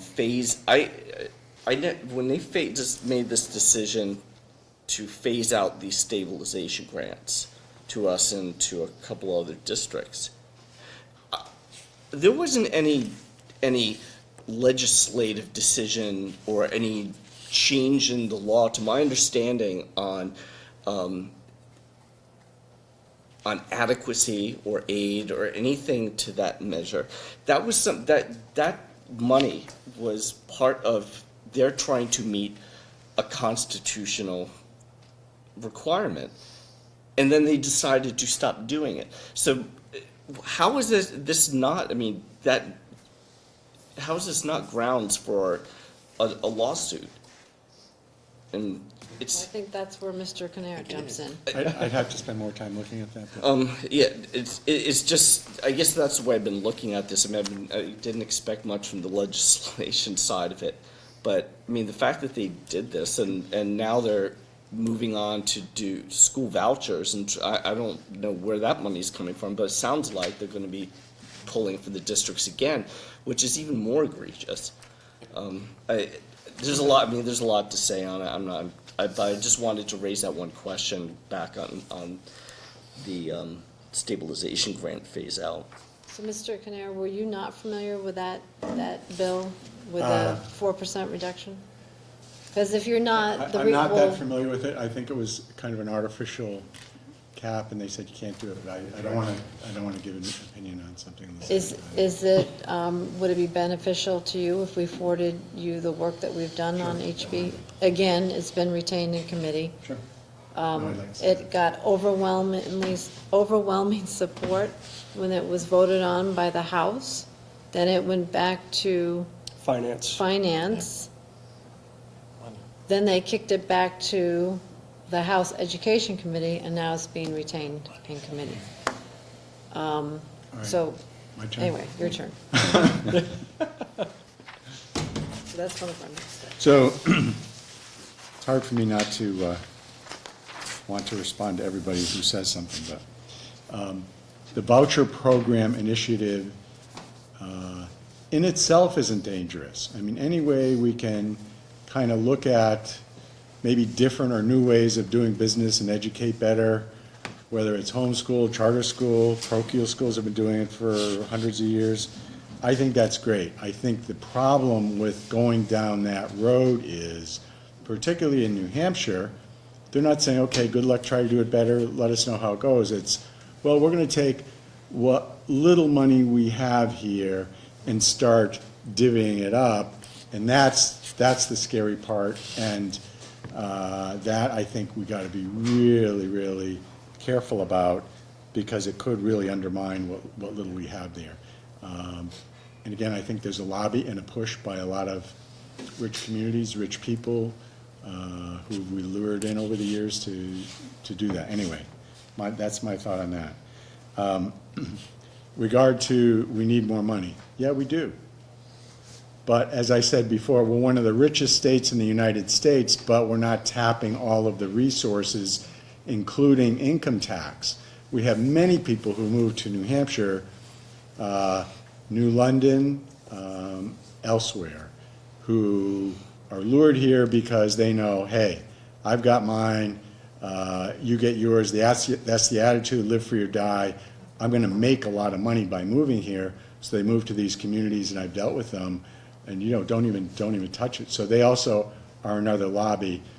I think, depending on the type of bill that it posed, an income tax properly crafted and passed would reduce most people's income in the state of New Hampshire, if that money was specifically directed to school districts and educational adequacy or something like that. The overall tax burden after you minimize the property taxes, and people don't realize that. Most people taxing Claremont would go, property taxes go way down.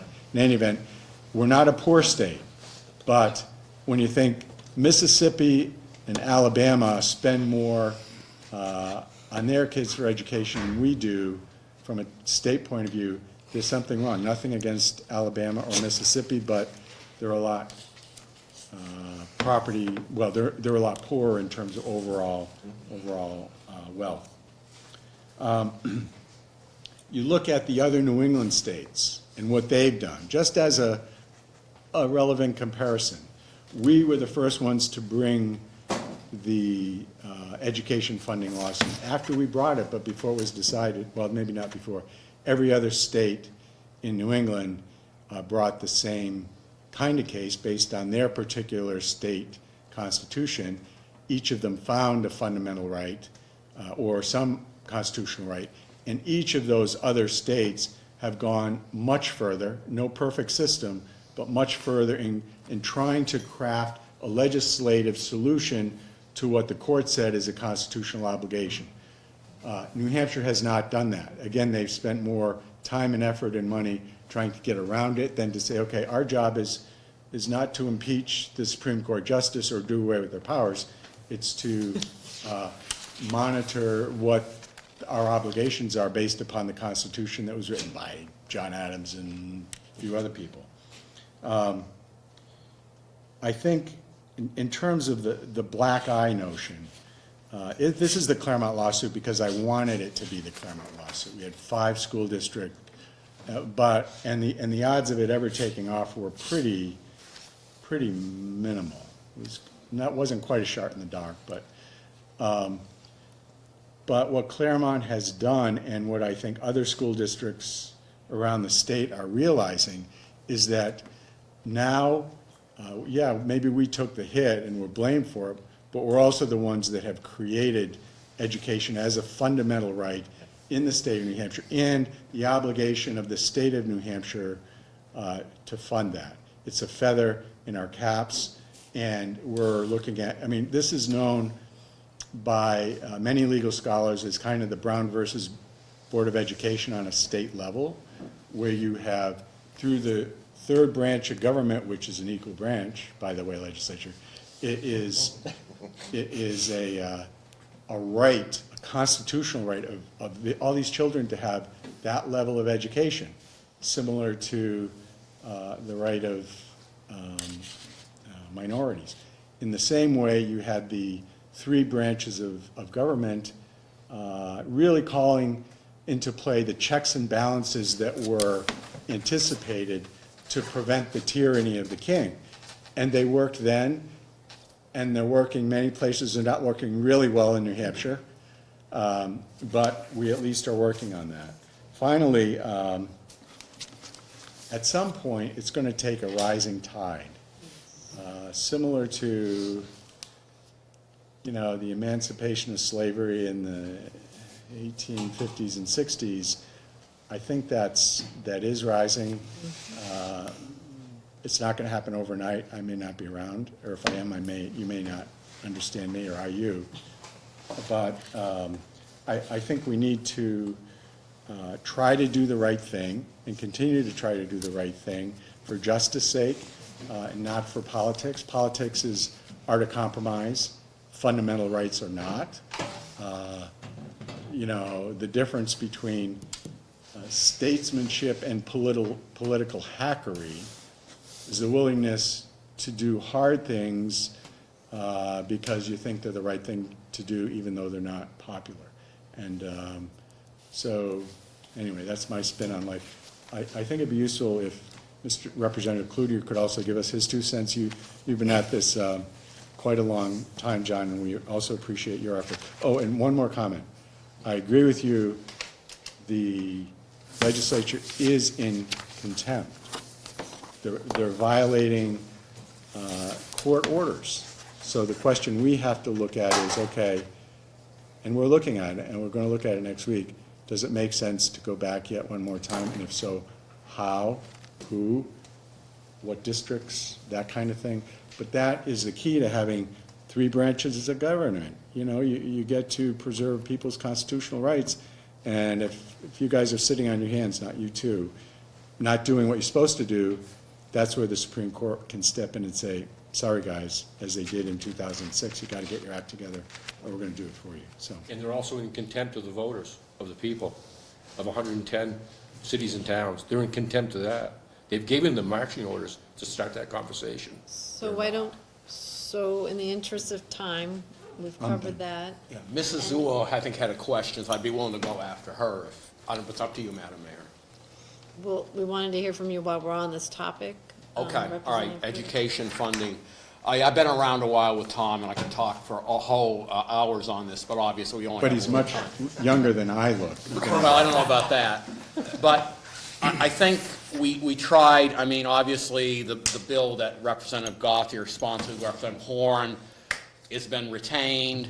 I think it's the minimum we can do. But I supported a bill that only failed by 21 votes a few weeks ago in the New Hampshire House Bill 597, that Representative Richard Ames from Jaffrey was the prime sponsor, that would have at least restored some of the adequacy aid that we had passed in 2008, and then the legislature in 2011 cut. You know, it was a deliberate cut, and I'm trying to, not to be too partisan, but frankly, as our former speaker, Bill O'Brien, deliberately cut education aid because he did not, I hate to say it, but he does not believe in public education, bluntly. I'll put it to you bluntly. We tried to restore some of that. It failed by only 21 votes. I figured it would have a hard time politically anyway. That's why I'm also supporting Representative Horn's bill. It's the minimum we can do, but nonetheless, I think we still need to continue to push at it. I think we need to do whatever we can. I look at the issue that we could have done something about this nearly 16, 17 years ago. We failed. We lacked the political will on both sides, Democrats and Republicans. They didn't. I think the main thing is they didn't want to fundamentally change the tax structure. We are too dependent on local private fund education, and that would mean a change either to some sort of probably broad-based tax. I know that's a dirty word with a lot of people, but I think it's time. As I say to people, the property tax might have been fine for the 1700s when we were a nation of farmers. We are no longer a nation of farmers, and that's when the wealth was in farmland.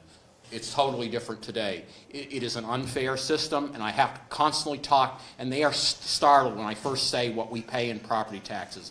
Like Dick Ames, the prime sponsor, his rate is about, I think, $32, $33 per thousand, I believe, in Jaffrey. Boy, I tell Dick, I'd love to have your tax rate, and that's what you have in Jaffrey. We have $42 per thousand, as you all know. And I tell it until I'm blue in the face, and I don't know if some of my colleagues are getting sick of me hearing it, telling me that, but I have to remind them that.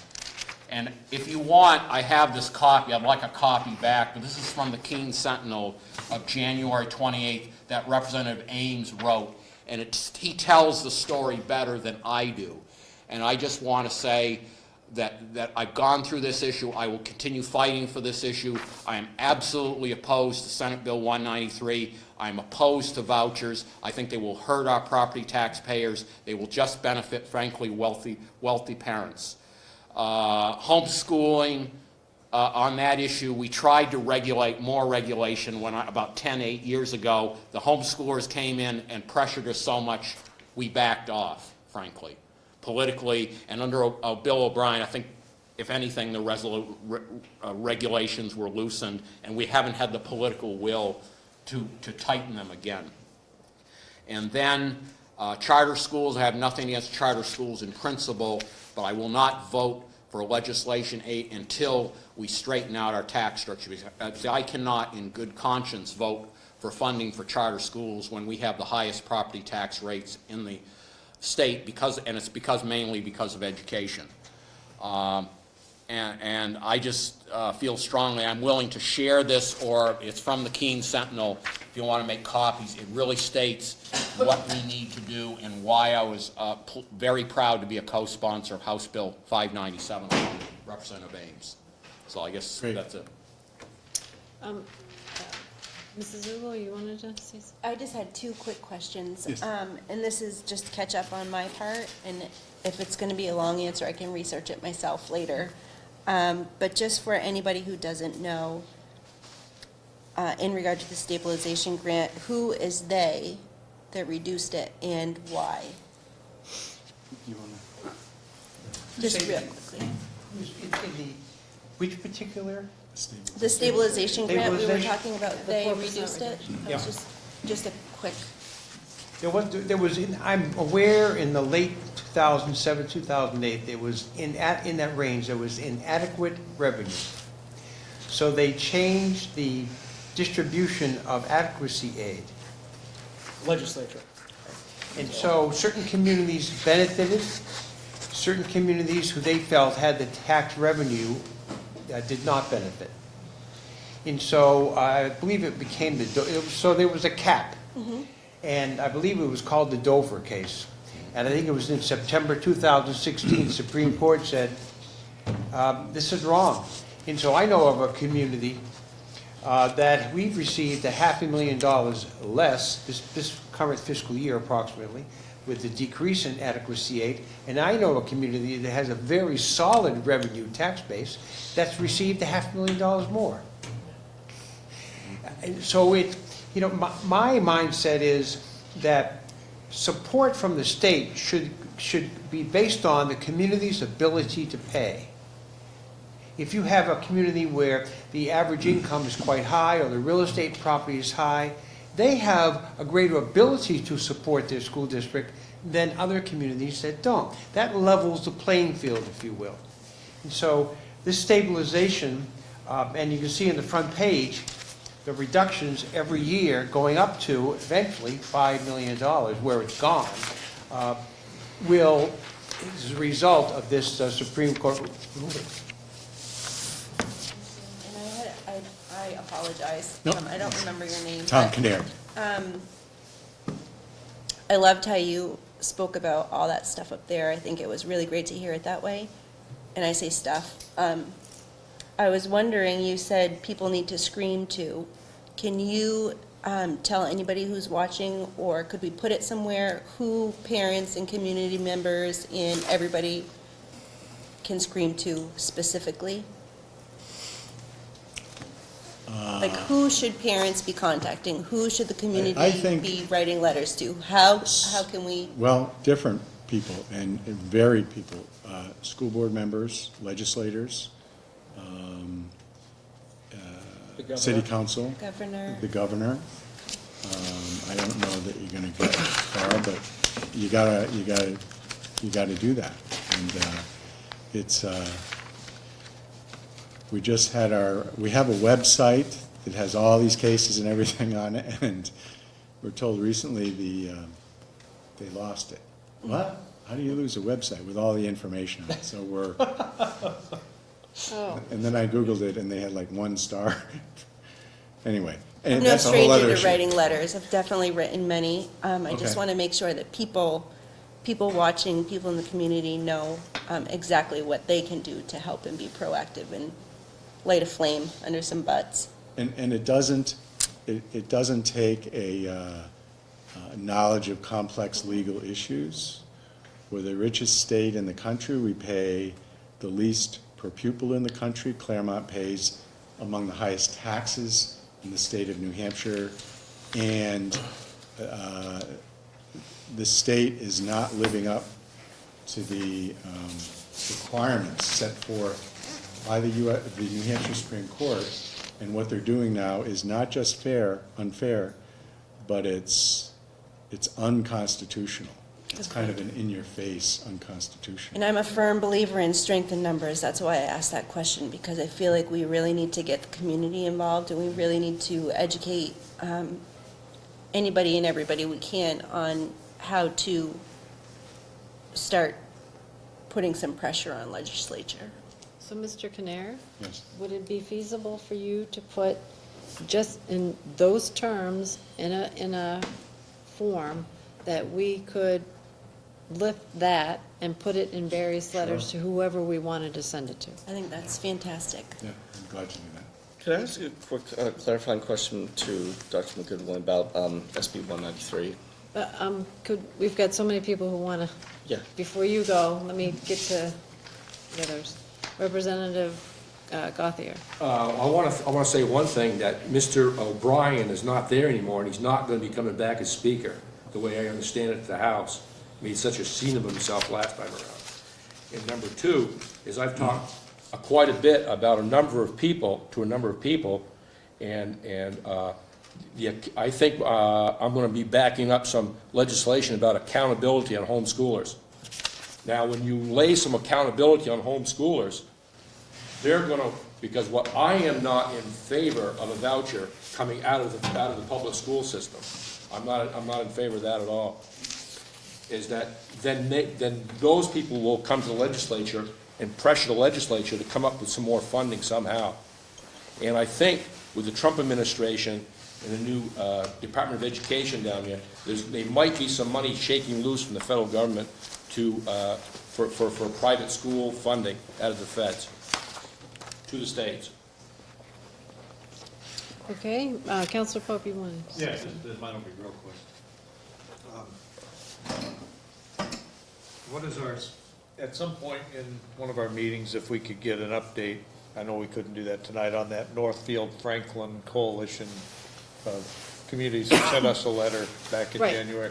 And also make Mr. Canair aware of that group as well. I know one community, Franklin, was involved in the Claremont lawsuit, as I recall. Yep, Yes. they're one of the petitioners. Yes. I believe, was it Laconia was one as well? Okay.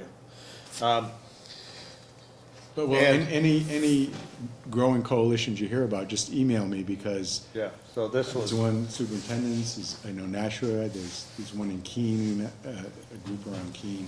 But let me know, because if in fact we go the next step, we're gonna decide, we have to decide what's the best. so that was one point. And then the other one is, I just want to make sure that the public knows that there's two different types of charter schools. There's the private charter schools and the public charter schools. And if, say, perchance Claremont had a public charter school and students pulled out of that public charter school, then the community would be penalized. Let's say it's an alternative school run in the public school type situation, now they pull out of that. So I just want to make sure that's clarified as well. So it's not just any charter school, it's public versus private. So, To your first point, Counselor Pope, we had said that we would give Mr. Canare, the background information, HB 525, which is what you were talking about, the coalition that we drafted a letter to, and we presented to them, and it got circulated. So we'll update him on what has happened there. That's the one that's been retained in committee to study. And then he'll send to us some language that we can use in our continued efforts. Yeah, but just to- as some points of contact as well for future Sure. information. I think John Adams has a couple comments too. that- Yeah, I believe that, so I'm all. But he is right. I mean, this is only going to change as more and more people get involved and say enough is enough. But when Dr. McGoodwin and I testified on behalf of HB 525 down at the State House, we were amazed at how many communities had reached the same point we'd reached, which there's nothing left to give. And they're firing teachers, they're dropping programs because they have nothing left. And the response from the legislature was, well, we'll study this some more. And that's not sufficient for us. Maybe other communities can do that, but there's more and more communities that are where we're at. So I'm glad you Representative Gauthier and Cloutier are here so that you can hear where we're going with this. I know Dr. McGoodwin's going to testify on Tuesday for SB 193. Anybody's welcome to testify if you're available. And if you can't, you know he's going, so if you want to draft a letter, send it to him, and he'll be able to give it to the committee, and they can put that in their records. So you don't have to be there to testify. We know who is, and he can act as our intermediary. I'm glad I came to listen. I'm sorry I couldn't bring better news, and I probably will be there at the hearing. At least I will sign the blue sheet against the bill, and I may even testify as well. Right. Because I think, to me, this is bad news for Claremont property tax, Senate Bill 193. And it's just not, it's really only going to hurt, with all due respect, I may get in trouble, a few wealthy parents. It's not going to help the average middle class and working class parent. The money should come from other than public school money. Right. Well, I guess I just wanted. I agree with that. I just wanted to verify this because this is what I read from State Senator's editorial. So for a lot of the public ought to know, if they have, so am I correct on this? Those families already have students in private school. I'm not sure if this applies to the homeschool students as well. If they're in private school right now, they're not eligible. That was what the state senator reported. They would have to be, it's only if you are currently enrolled in public school and then withdrawn. That's what the state. Yeah, I heard one revision was it was gonna be basically retroactive, that you'll get it if you put them in. Okay, then maybe that's changed from what the article I read. But the other thing is, so if you have a family, if you have like 5 children, you're gonna get like $15,000, like 3 times what you're paying in property taxes. I mean, it seems like that does start going against,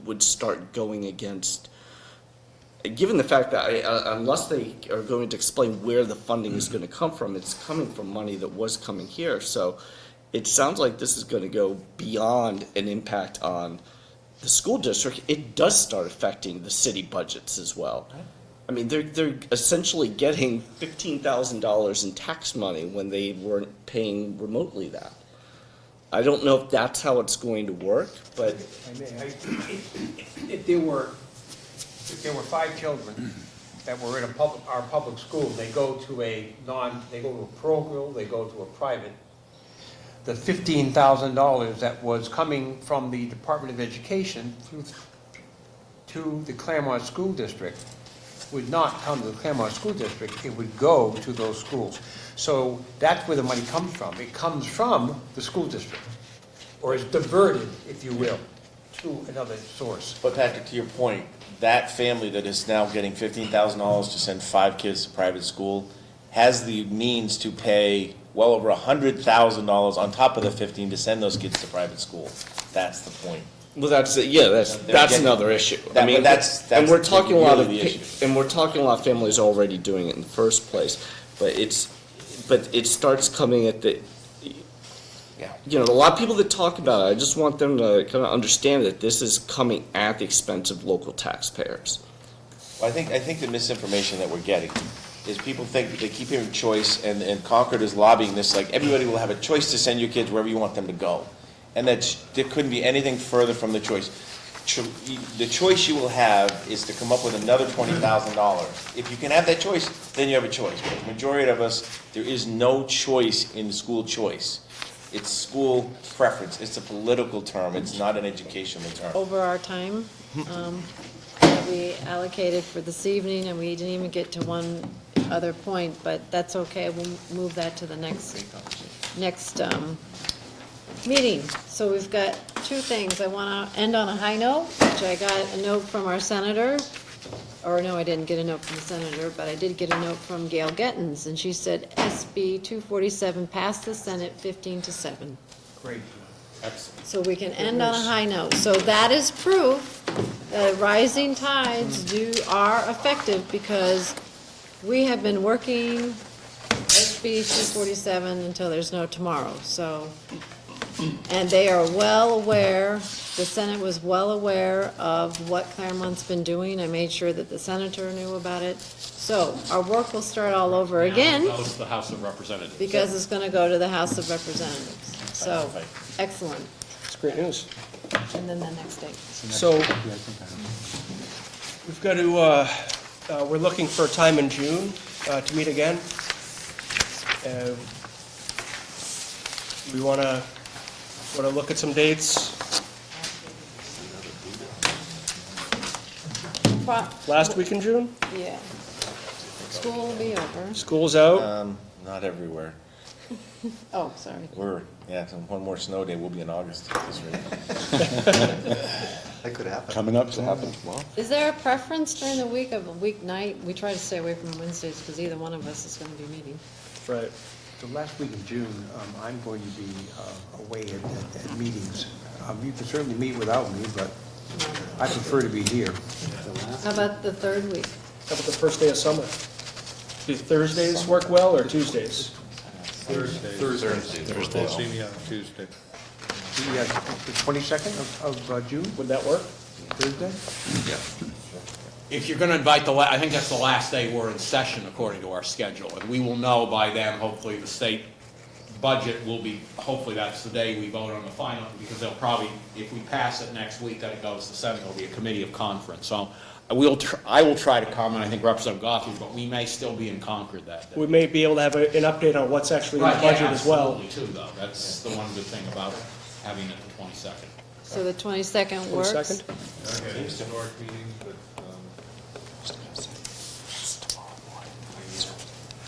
You'll make it work? Okay. All right. And I forgot to say earlier, Representative O'Connor couldn't be here because of a prior commitment, so I just wanted you to know. And so if that's good date, the presentation on the 22nd of June will be coming from Judge Yazinski. Yep. And the topic will be childhood poverty and how it's affecting Claremont. So, thank you all for your time. I know we went a little bit longer than we had hoped for, but It's I a great think discussion. Thank you for having this meeting. Thank you. Thank you, sir.